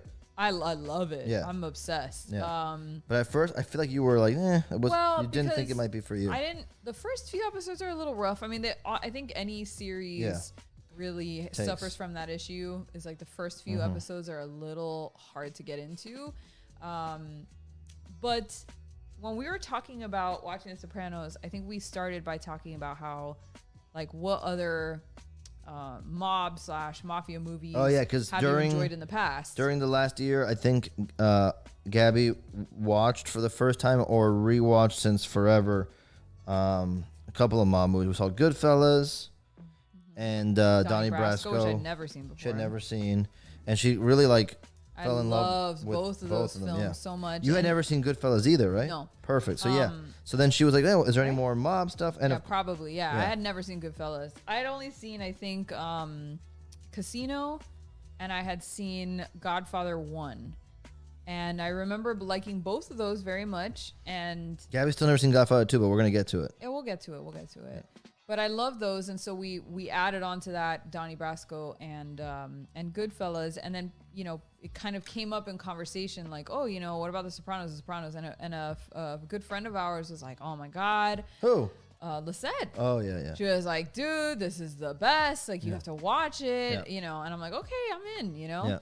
And I think she binge watched it, which I can see how you would binge watch it too. You can binge watch that easily. Good. Yeah, it's just that. We keep going, even though I have no real right to be watching 3 episodes a night when I have to get up as early as I do. But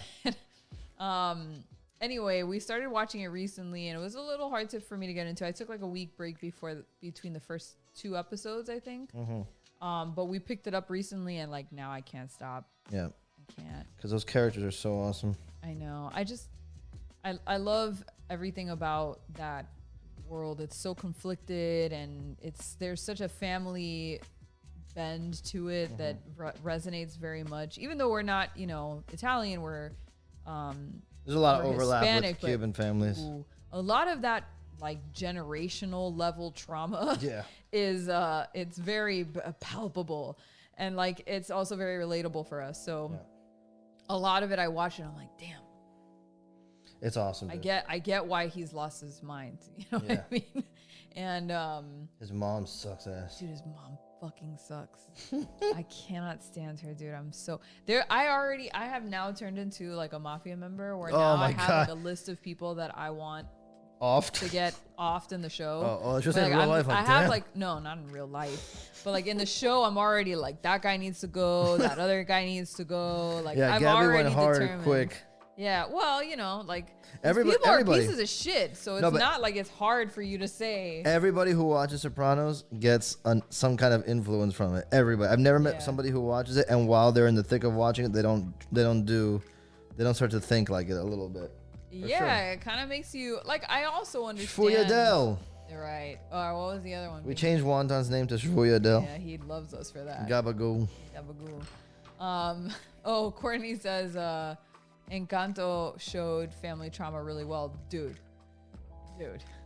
Speaking again as a I'm not gonna Latinx. I'm not By the way, they Latinx. finally said that we can all be offended by that as Latins. Right, yeah, because Latinx is now a microaggression or something. I've been they're saying lumping us all together as one. I've been saying that. That's the worst word I've ever. As a Hispanic person, I feel like Latinx is the most offensive thing I've ever heard in my life. That shit, dude. Yeah. But yeah, as like a Latina, I guess, watching Encanto, I watched it with my sister over the Christmas break, and both of us started watching it like, oh, how cute. They're, the magic and things. And then towards the end of it, we were like both angry crying. Like, how dare you expose Latina family trauma? Like, how fucking dare you read us to filth like this, dude? In front of the world. In my house where I live. And like, I thought it was just me. Like, me and my sister looked at ourselves and we're like, bro, did that not feel like growing up? And then little by little, as people started watching the movie and like I started watching TikToks about it, I'm like, everybody feels this on a very deep level. Like, we are not alone here. But yeah, I was very upset at that. Now I can't even get into the fucking songs because I'm like, fuck you, bro. How dare you? How dare you remind me of how like overbearing Hispanic families can be? I know that's not like unique to Hispanic families. No, please, we watch Kim's Convenience. But like the fact that you know, it felt like close to home because it very much centered around the trauma of the abuela being like literally chased out of her home and feeling like, why? Because I don't know the backstory, like what the historical precedent is, but it's the family or the abuela in the show. The flashbacks of her are when she's very young and she marries this man, like the love of her life, and they have like this beautiful, very picturesque life where they have these 3 kids. They're all babies. I think they're triplets somehow. But then somebody comes into town and like threatens to basically burn the place down and chases all of the residents of the town out. And her husband, in order to give the rest of the town people time to flee from these invaders who are basically, you know, going after them to kill them and eradicate them, the husband turns around and sacrifices himself. And she says as much in the film that she felt so alone and so scared and so displaced that's kind of how this magical house even became. It was like a refuge, right? Like a magical refuge. And she built a community around that refuge so that she could extend that feeling of having a place to other people. And whatever. So that's like the foundation of the story and why the abuela is such a fucking psycho. And she's a psycho in the movie? She's just overbearing, like really overbearing, and everybody has to do things her way. And it's driven by her, you know, PTSD of losing her home and losing her husband. And, you know, the reason why I think, you know, it resonated so much with us is because that's what our family went through. My family literally had to abandon their home and move to America because they were literally chased out by like pieces of shit invaders, you know? And so to experience an abuela who feels that way, like I look back at my abuelas and I'm like, oh, no wonder you were so fucking crazy, is because you were literally holding on to this PTSD and nobody really knew what that was or how to handle it. And then, you know, that's why we're all the way that we are. And so like, I don't begrudge them that, obviously. Like I love my family and I care for them very deeply, but like watching that movie, it was like in an hour and a half, all this shit gets thrown in your face and you're like, God damn, it's Christmas. Like I don't need to be confronted with this shit right now. God dang it. Yeah, I am always like weary of watching a Pixar movie like that. Yes. Because I know what they're after, dude. I know. They're after your fucking tears is what they're after. They're after your sadness, your misery, your suffering. And the worst part is that I end up loving it. But I'm like, I don't want to love this. It made me so fucking bummed out. God damn it. But it's good. Where I learned that Pixar was out for my salty tears was the movie Up, where like in the first 20 minutes they're like, oh, did you want to experience happiness and desperate sadness all at the same time? Here you go, bro.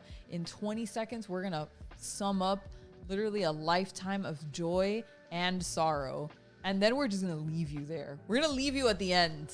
You know, we have a couple friends who work at Pixar, and I've always wanted to ask them, like, is that like in the like formula, like, hey, make sure whatever we come up with and pitch, that people are going to be so fucked up after watching it that they're going to have like love it because of the trauma they went together. So, you know? Crazy, man. But I don't think they'll answer that question. Yeah, Up was crazy, dude. The first 10 minutes of Up, I was already in tears. I'm like, fuck you, Pixar. What the fuck? There should be a warning at the beginning of all those movies. If you're not in a good emotional place right now, you might want to take a step back. Did you feel like that about WALL-E? I don't think. No. Yeah, WALL-E was perfect. No, that was. I don't. I'm not. I hate, coming down on all the Pixar films because they're not all like that, but they're like the ones that stand out for me are like Coco. I can't watch again. Coco, fuck you, Coco. God damn it! Every time I'm listening to I love to listen to Disney movie soundtracks, and every time Remember Me comes up, I'm like, fuck off, skip track. How dare you? Yeah. Jan Fitzy says my mom's annual Christmas movie was Mommy Dearest. She said it reminded her of her mother. If you don't know, look it up. No more wire hair. Dude, we used to watch that all the time, me and my sister, just because we were into crazy Hollywood, the psychotic drama. Yeah. And dude, No More Wire Hangers is easily one of my favorite things, one of my favorite phrases in the world. I don't think I've ever watched the movie. I just know about it, but I wonder if I could stomach it.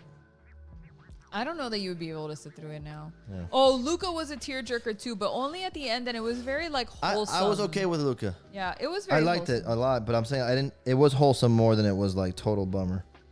I think it was wholesome, at the end, and it wasn't I'm not crying because I'm sad. I'm crying because it's bittersweet, but there's so much hope that comes out of that final scene where you're like, bro, this is what family and friends are supposed to be. It's even when you don't want to do something, they're still, and even though it tears people in half to let you go, they're still gonna push you to go and be the best person you can be.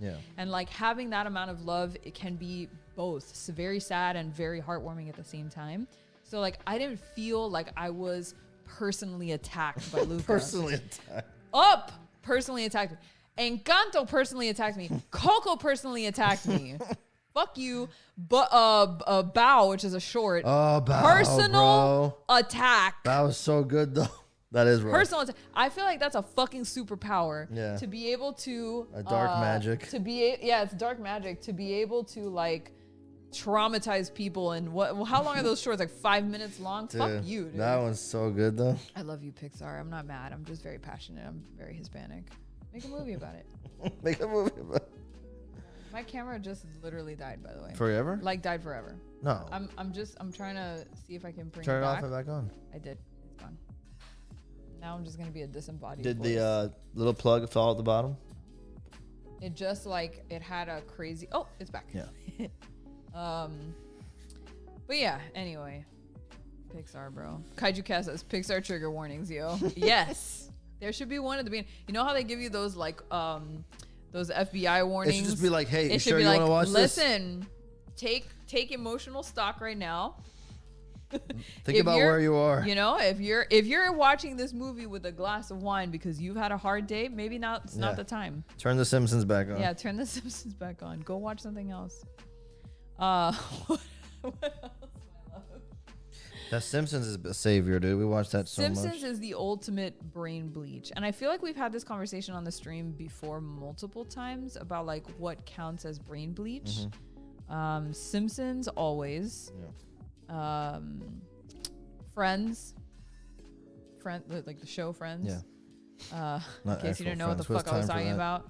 What else, me? Futurama. What else Futurama is a great one. What else? Anything Star Wars is a good palate cleanser if we want to. What else? What do we usually reach for? I'm on the home stretch, and I just made a decision I was going to ask, but too late. Should I have double ears? One set up and one set down?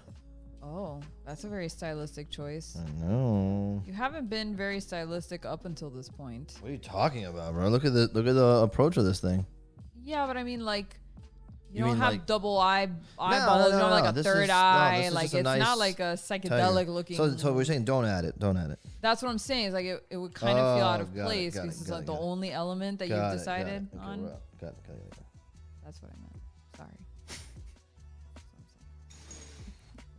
Rich Bletchers says, I cried watching Deliverance. I've never seen that movie. Bro, that movie's rough. Yeah? Yeah.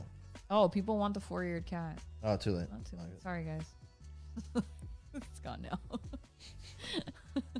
It was so fast the way you're and goodbye. I wasn't convinced on it. I just thought about it when I was sketching because it was an accidental sketch. And I'm that would kind of be cool. I think if you had done that plus double eye pupils and you had done something else, I would say yes. But the rest of it looks very much like a traditional tattoo. And I feel like adding double ears is the weird. Yeah, it might be too That's much. the weird spot to add it to. Yeah. Let's see. The movie that is impossible not to cry for me is Beasts of the Southern Wild. Oh yeah, I want everybody to put that in the chat. By the way, like, what's your movie that you cannot watch? Like, you won't. You know it's good. Oh. You've seen it once, fucked you up. But what's your movie? Because Gabby just listed out a bunch of stuff. Yeah. But I feel like I'm always impressed and surprised with where other people fall. Like, on draw that. the line. Yeah. Yeah. Because people have different reasons for it too. Like, some people will say something that's like innocuous, but like, yeah, it's because when I watched it with my mom and blah blah blah. I can't, and now she doesn't have eyes anymore or whatever. You know? Yeah. There's a bunch of, I think, movies like that I will watch once and never watch again.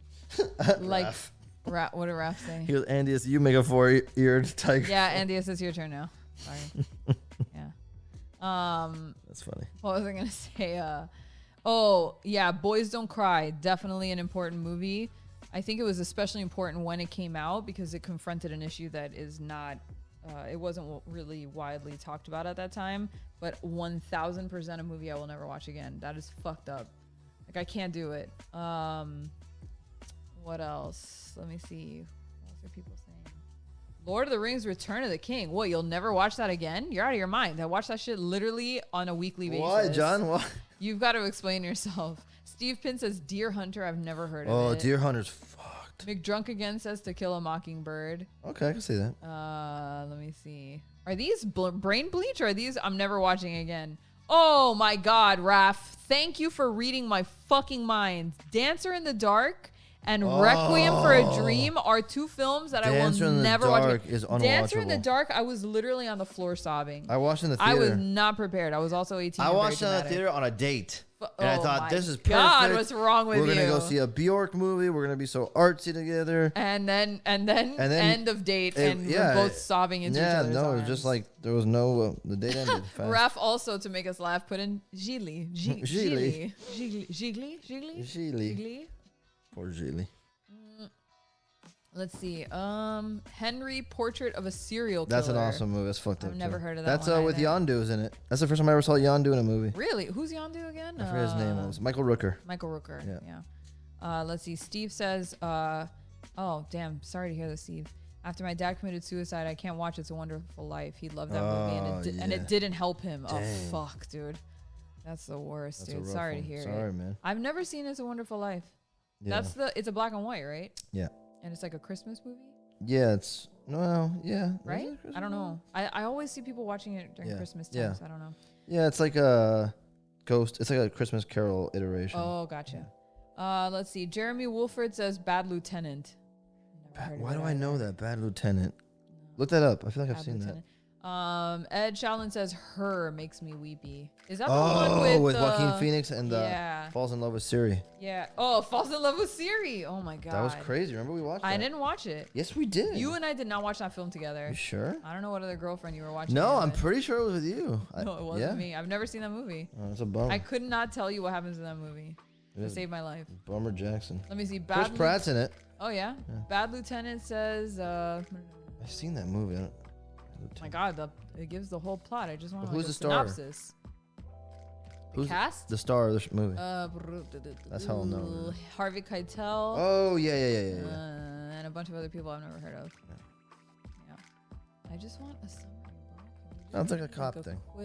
While investigating a young nun's rape, Jesus, a corrupt New York City police detective with a serious drug and gambling addiction tries to change his ways and blah, blah, blah, blah, blah, from 1992. Yeah, that's a good one. I was literally a fetus.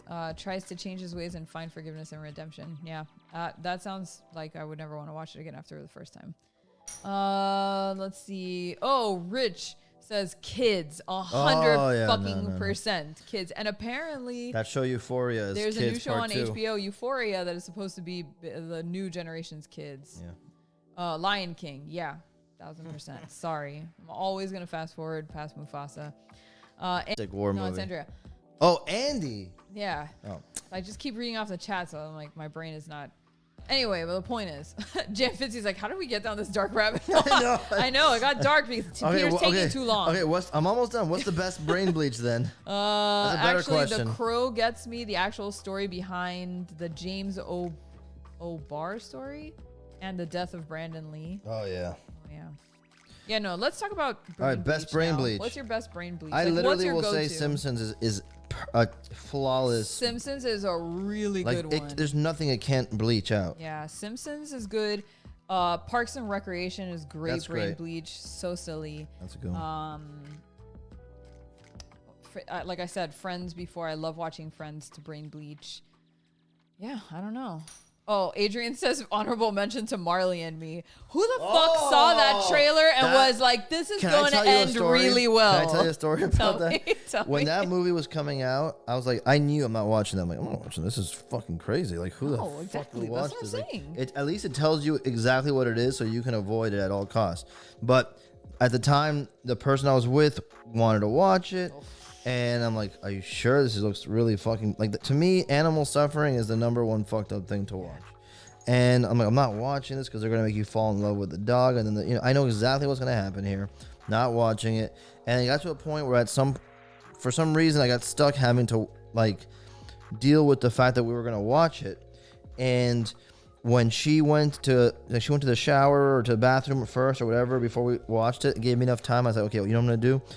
I'm going to fast forward all the way to the last sequence and just watch it out of context. Oh, so you could just be prepared. So I'll be prepared and immune to it and know it when we go into it.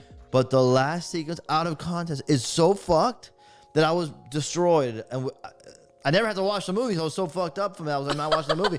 But I just took in, I mainlined the depression, dude. My God, it backfired, dude. Yeah, anything that has to do with dogs, which inevitably are gonna die, I'm like, nah. Like anything with like Old Yeller's a bummer. Fuck off. Like none. I don't need any of that. I Okay, brain older. bleach. Brain Yeah, bleach. brain bleach. Okay. Let's see. Seinfeld. Seinfeld, yes. Always. That's strong. Bob's Burgers. Yo, that's a really good one. Wholesome and funny. The Office. Yes. Yeah, yeah. Because it's so silly. I don't reach for it like immediately, but I do see it. And also work. Adventure Time. Another one that I don't reach for, but like I can see how it works. exactly how that works. Yeah. Always Sunny. Yeah. It's really fun. Although there have been some moments where it's funny, but based on like everybody's being a piece of shit and like the bleakness of their lives that like I can't use it as brain bleach anymore. But Once Upon a Time, yes. Dude, the meme Mr. Show. Oh yeah, I love that. I've never seen David Mr. Cross Show. was my favorite comedian forever. Last Airbender? The Avatar, The Last Airbender, the show, it. the cartoon is great. Airplane. Oh man, I haven't seen that in a long time. Airplane, dude. Yeah. Anything with Leslie Nielsen, yeah. Nara says everybody loves Raymond. Yeah, I love. You know what's so funny about that show? Is when it came out, I was when it was like popular, I was convinced I would hate it. Like I thought it was gonna be too like annoying funny. Like in Spanish we call it pujo. Like what would you call that in English? Like I'm just obnoxious or whatever. Yeah, it's like it's trying too hard. It's trying too hard. It's a cringe. But dude, I somehow got into watching it at one point in my life, and I think it's one of the funniest sitcoms of all time, dude. It is. I loved it. I know it's super popular. You can't really say it's underrated, but I think it's underrated in terms of like the respect it gets. Yeah, for sure. Let's see. What else? Looney Tunes. Yeah, really. Any of that stuff is great. There's a great meme going around of both It's Always Sunny and Looney Tunes interpreting Book of Boba Fett. Oh, really? It's really funny. Yeah. That's cute. John Ballou says Bridge to Terabithia. Bro, talk about betrayal, sad. dude. Yeah, but he's still on the last conversation. But that is a good one to bring up. Don't ever watch Bridge to Terabithia. It's setting you up for disaster. Odd Creations wants to know, did you like Milo and Otis? Oh, pull it up. Have I seen Milo and Otis? You'll know. Is that about the pug and the yes. cat? Yeah. Wow. Dude. Man, that's old. I saw that in the theaters. The Adventures of Milo and Otis. I don't remember. Is this the one where they get lost? Yeah, but I don't remember if it's sad or not. Why the fuck is this in Japanese? I think it was originally in Japanese. Really? That's funny. The Adventures of Milo and Otis is a 1986 Japanese adventure comedy. No way. I guess it was like adapted. We saw the English, like an actual English actor. This is the one where they talk. Yeah. Like there's a voice. Yeah, I remember. Hello, Otis. Oh, Homeward Bound is the other one that I remember more than Milo and Otis. But I can't remember if Milo and Otis had a dark ending or not, or like a sad thing. I doubt it. I just remember we used to watch it like crazy because we were obsessed with those two. They were so cute They're when we were really kids. good. John Blue says Bleach equals Conan the Barbarian. Oh, okay. Oh, like your brain bleach equals watching Conan. Yeah. Oh, that's interesting. Yeah. Jan Fitzy wants to know how many prints have sold. I want to know how big the run is going to be. I don't know. I don't know. Somebody's got that number in the background. Yeah. Maybe they can help you out. But I always announce it because I number them. You know, like, but I don't. I usually this don't. one you're not. No, I am gonna number it. Oh. Okay. But I don't tally it up until like I'll probably give everybody like who on our social media like 24 hours to get a chance at it. But that's it, and I'll announce the number right after. Let's see. Kaiju Cast says, whatever you do. Home stretch here, by the way. Okay. Don't watch Hachi with Richard Gere if you don't want to deal with animal death stuff in a movie. Fuck off. No. Not you, Kaiju Cast. I'm saying, like, movies like that should fuck off. Yeah. David Robertson says, Grand Tour and old Top Gear. 100%. Top Gear is one of my favorite brain bleaches. Isn't that funny, dude? When I first met Gabby, she was hard into Top Gear. I was obsessed. And, like, I just watched it too much. I overwatched it, so I don't watch it that much anymore. But man, let me tell you something. All of the episodes, like their end of season episodes where they go and they do like some adventure in another country, is some of the funniest TV that you could ever watch. Adrian says Brain Bleach, Arrested Development. Oh, yeah. Oh, very good. Archer, yes. Archer, we gotta have Lucky Yates back on the show. Dude, yeah. This Is the End. Is that the movie with oh my Seth God, Rogen? yes, so that was funny, so dude. funny. And The Watch. What's The Watch? The Watch? I don't remember if I saw it, but I know it's like with that same crew. Yeah. Let's see. Jan Fitzy says the tiger's looking awesome. Oh, thanks. Almost done. And the greatest event in television history. What is that? I don't know what that is, Adrian. Jolly Ginger Giant says Rick and Morty. Yes. Oh yeah, super brain bleach. Yes, definitely brain bleach. Really good. John R. Price says Where the Red Fern Grows and Homeward Bound. Oh, Homeward Bound. Yeah, Homeward Bound forever. Red Fern Grows. I don't know that one. If you want to, if you guys want to check out something that's related to Homeward Bound, Milo Notice, and all that kind of stuff, but it's totally different, check out a comic called We Three. See if you can pull it up, B, so that everybody can see it. Oh, yeah. It's like a take on those type of stories, but it's 3 lab animals, a dog, a cat, and a rabbit, who are like, they're being experimented in like a lab for like cybernetic military weapons, but they escape and they just want to be free, and they have to like fight off the military that's trying to track them down. They learn how to communicate with each other telepathically. But it's awesome. I think it's Grant Morrison and Frank Quitely. American comic book mini-series by Grant Morrison and artist Frank Quitely, who describe its kinetic style as Western manga. Dude, it is. Squad of 3 prototype animal weapons, part of a government project. Group consists of a dog, a cat, and a rabbit who are kidnapped and encased in robotic armor. Yeah, it is so awesome. They can speak. Their body armor fields numerous weapons. But they speak in like a weird way that like animals who are just learning how to speak would speak. The animation of them is so cute. Yeah, but it's dark. No, I bet. Yeah, I think you've told me about this. Yeah, I have it here. It's awesome. Hold on, let me. It's a super fast read. There you go. Okay. Let's see. What else is everybody saying in the chat? Brain Bleach. Stand Against Evil. I don't think I've ever. Oh yeah, that's on Netflix. I don't think I've ever seen it. Stand in Something Against Evil. Like it's 2 people, something like that. Yeah. I think Milo and Otis, Ed Shallon says, I think Milo and Otis killed a bunch of animals while they were filming it. That's where the negative stigma comes from. Thanks for that. Thanks for ruining it. God, I didn't know that. Jesus, it got dark again. John says Family Guy and Murder, She Wrote for Brain Bleach. Yeah. Courtney says 32 prints sold so far. So far we got 32, guys. Let's see. Nara does not like the new Top Gear that's on Amazon. I agree. I wasn't into it. I like the old stuff.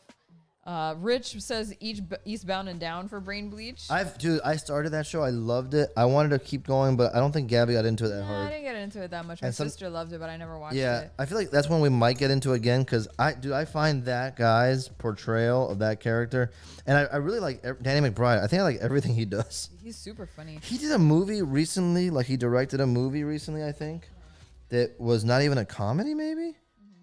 And I thought that was so unusual. I think I remember liking whatever it was, but I can't remember what it is. Let's see. Let me see. Jan Fitzy says, well, this has been one of the darkest meetups. Let's do it again. I agree.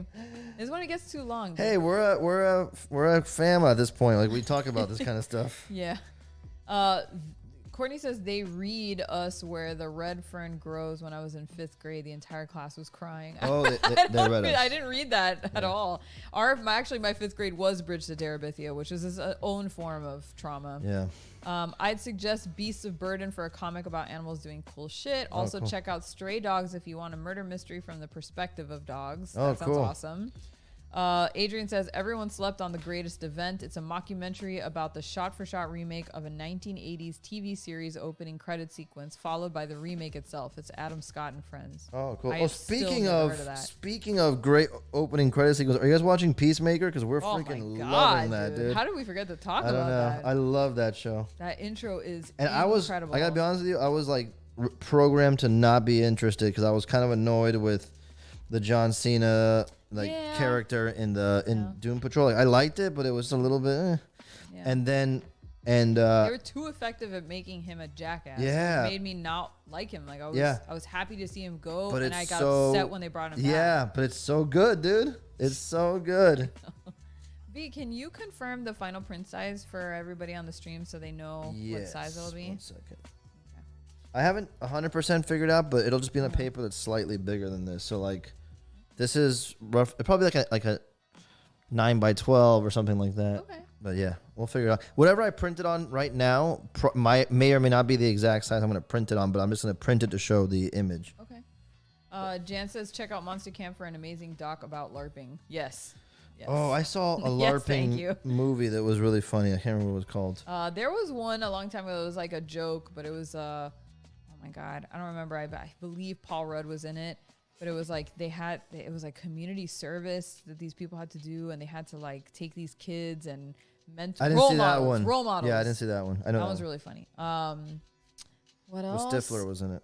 Rich says Straw Dogs. Oh, that's a good Never one. heard of that. Yeah. Somebody had said earlier there's something coming out on Netflix or something by Critical Role. It's about like role playing or something. Oh, that's cool. I don't know, but I've heard that it's supposed to be good. Let me look it up. Real quick. My phone literally just said go to sleep, so We're close. I'm probably gonna 5 seconds to bail on wrap it these up. lines here. I'm not sure. Critical Role. Oh, Critical Role is a bunch of friends playing RPGs in each other's living rooms.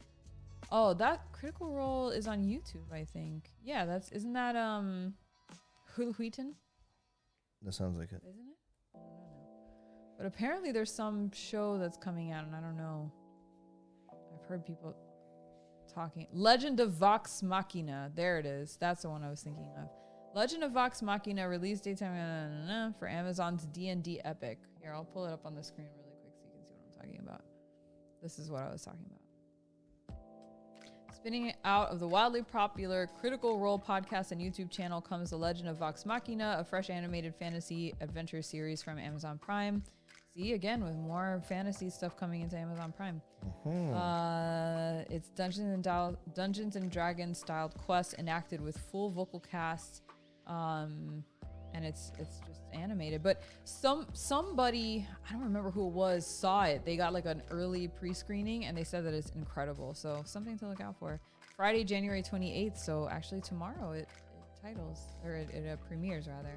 I'm not feeling. I will be watching the. I'm not.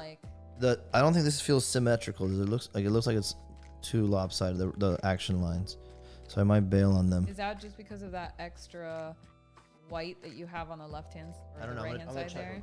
What if you just chop it off? Because I think that's what's throwing you off.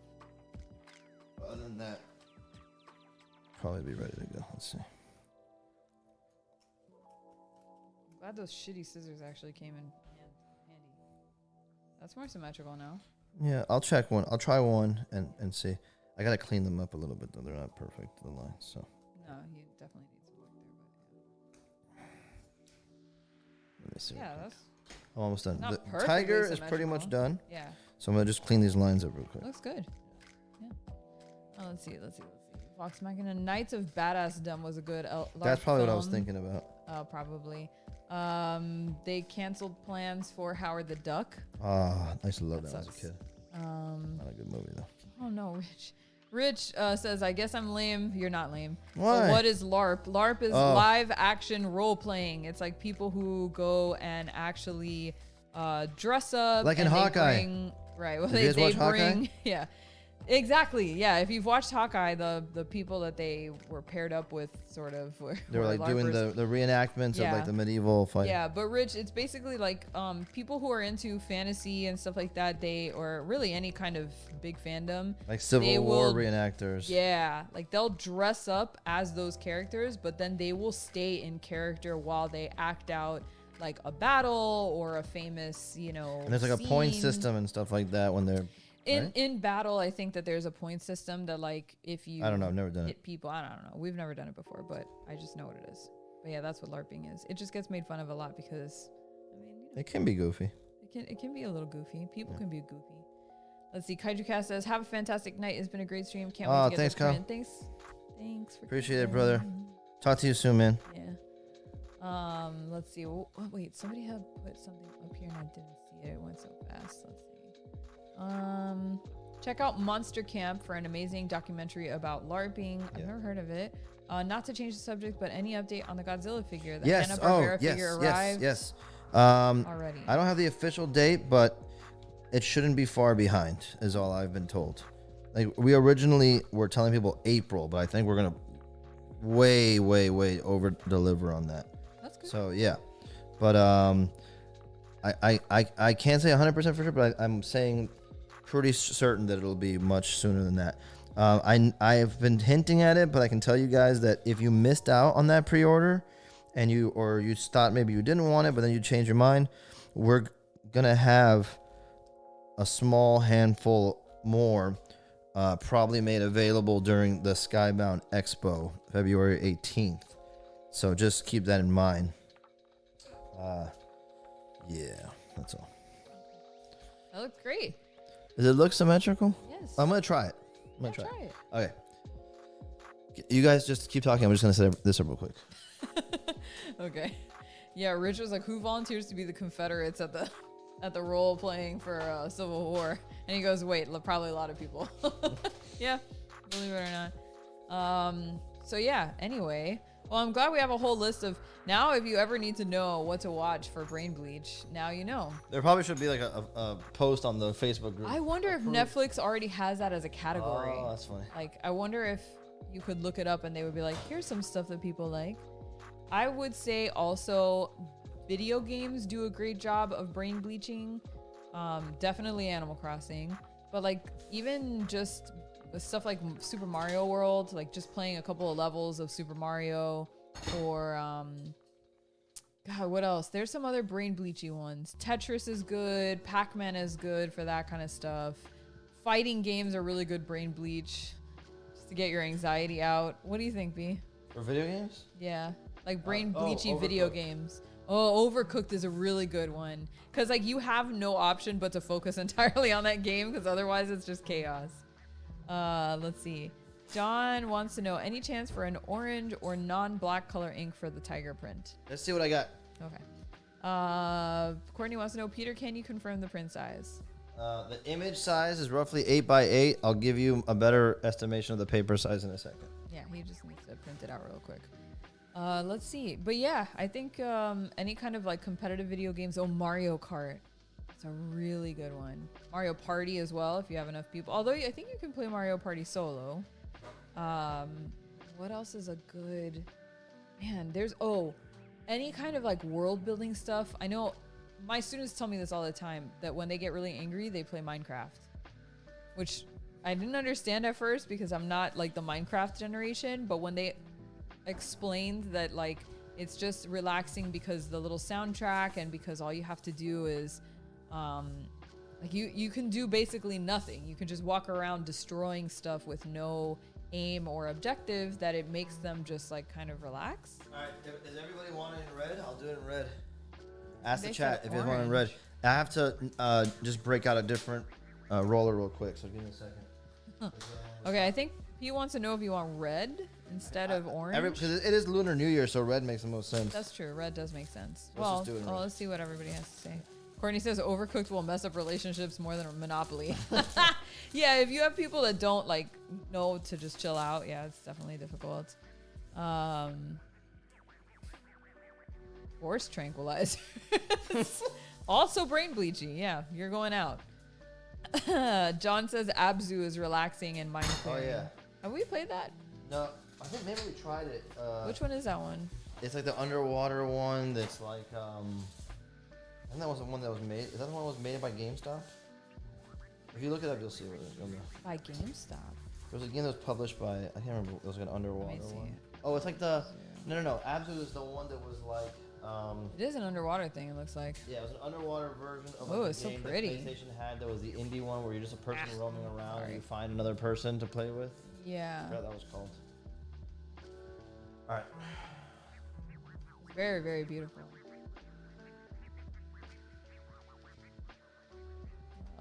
What else have you guys got? Yeah, people say red works. Red would be cool. Red, orange is better thematically, but red pops more. Red sounds good. All right, go for red.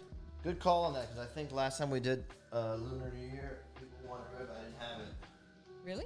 Yeah. What did you print it? Just black? Black. We did the Warhog, remember? Oh, no, Oh, that's the right. Year No. of the Ox. Yeah. Ox was just black. Okay, we're going to use the big boy. So I can get this. That thing is so ridiculous.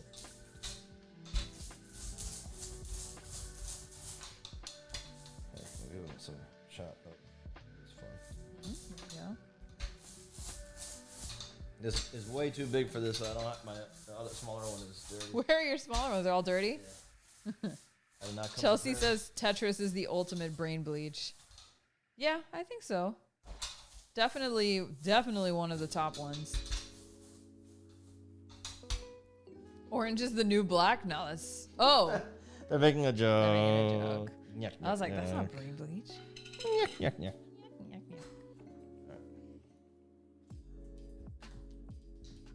Oh, gross. Are you ASMRing us right now? No, not on purpose. There you go. That's the worst ASMR ever.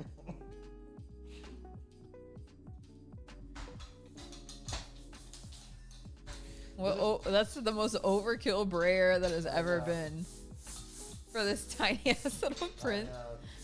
I was thinking we're gonna do this black, so I didn't clean the rare. But Nice, good job. It's okay. It's a test print. Yeah. Matter. let me.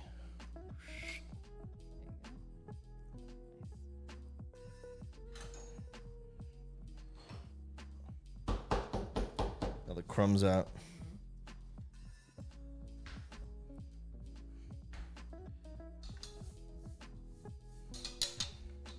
Nice. I'm running a test print now, but I reserve the right to touch it up after I look at the print tomorrow morning. Just letting everybody know. He's got to sleep on it a little. I think I'll be fine, but like if I need to, Nice. I like how it's getting better and better. well, I have to remove these crumbs. Will the ink go over it, or is it just gonna be black there now? No. Okay. Yeah. No fear. If that had been me and I had touched it and black ink had come out, I literally would have stopped and started panicking. Why? This is what's underneath. I know, but like my brain just would go into like, oh no, now there's black ink on it. Now it's ruined. That's why I can't do this. All right, let's see. I got a piece of paper real quick. Okay. You guys just appreciate the redness of it all. Nice. Cuban Mo says block breaker games like Arkanoid blank everything else out from my brain. I don't think I've ever played anything like that. Block breaker. What are block breaker, like Candy Crush? No, but like the old school ones. Like look it up. What is it called again? Arkanoid.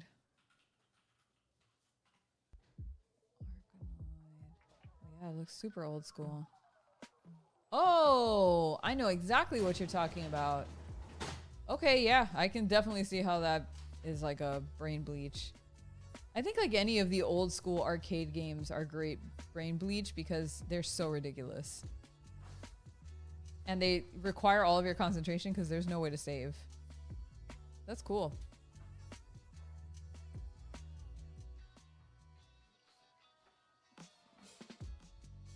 You got your paper? I'm just testing the size I'm gonna need. So probably need to be like that.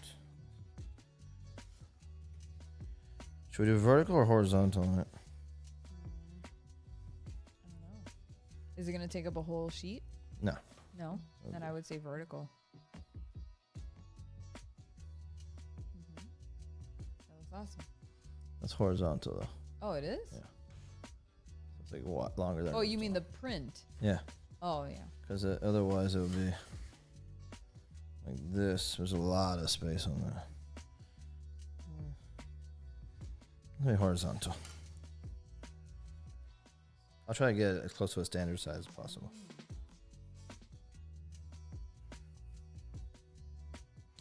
It'll be for everybody asking the print size. It'll be more or less. Everyone's saying horizontal. Yeah, it'll be more or less.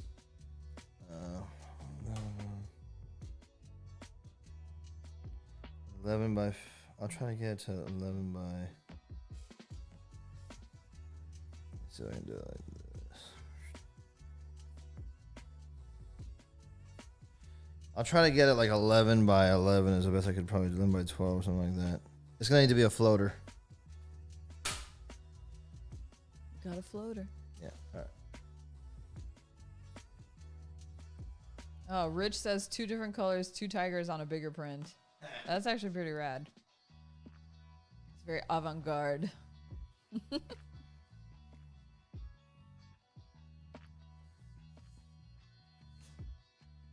Pause has been great for video games. Imagine not having that option. Oh my god. I remember not having that option. There was definitely a moment in time where video games were like, just go. There's no hanging out. It's just go. All right, let's give it a shot. Ready? Again, if I sit with this and tomorrow morning I decide it should be vertical or it should be, I'll let everybody know, but I think it's going to be horizontal just like this. Right.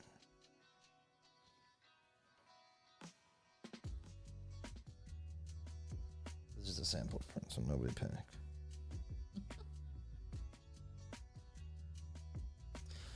Where's my pressure? Oh, can you actually stay there? I'll get it.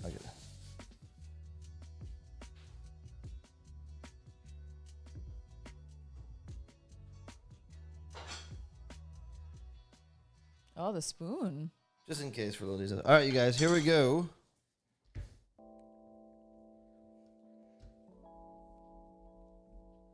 We have some special sound effects for this too.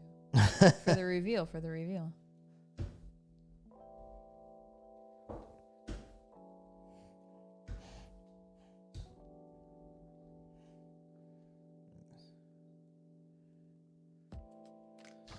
Uh-oh. Oh.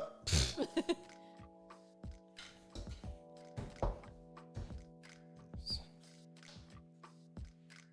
good? You gotta let me know when the reveal starts. Yeah. Okay. I think. Ready? No.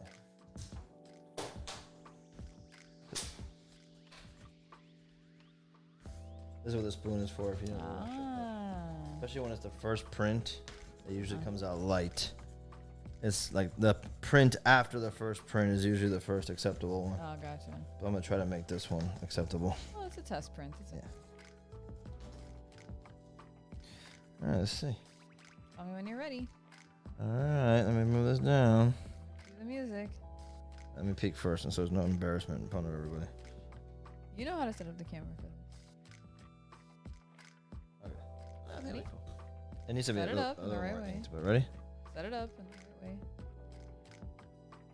Oh no, that's upside down. Oh, turn me upside down then. Hold on.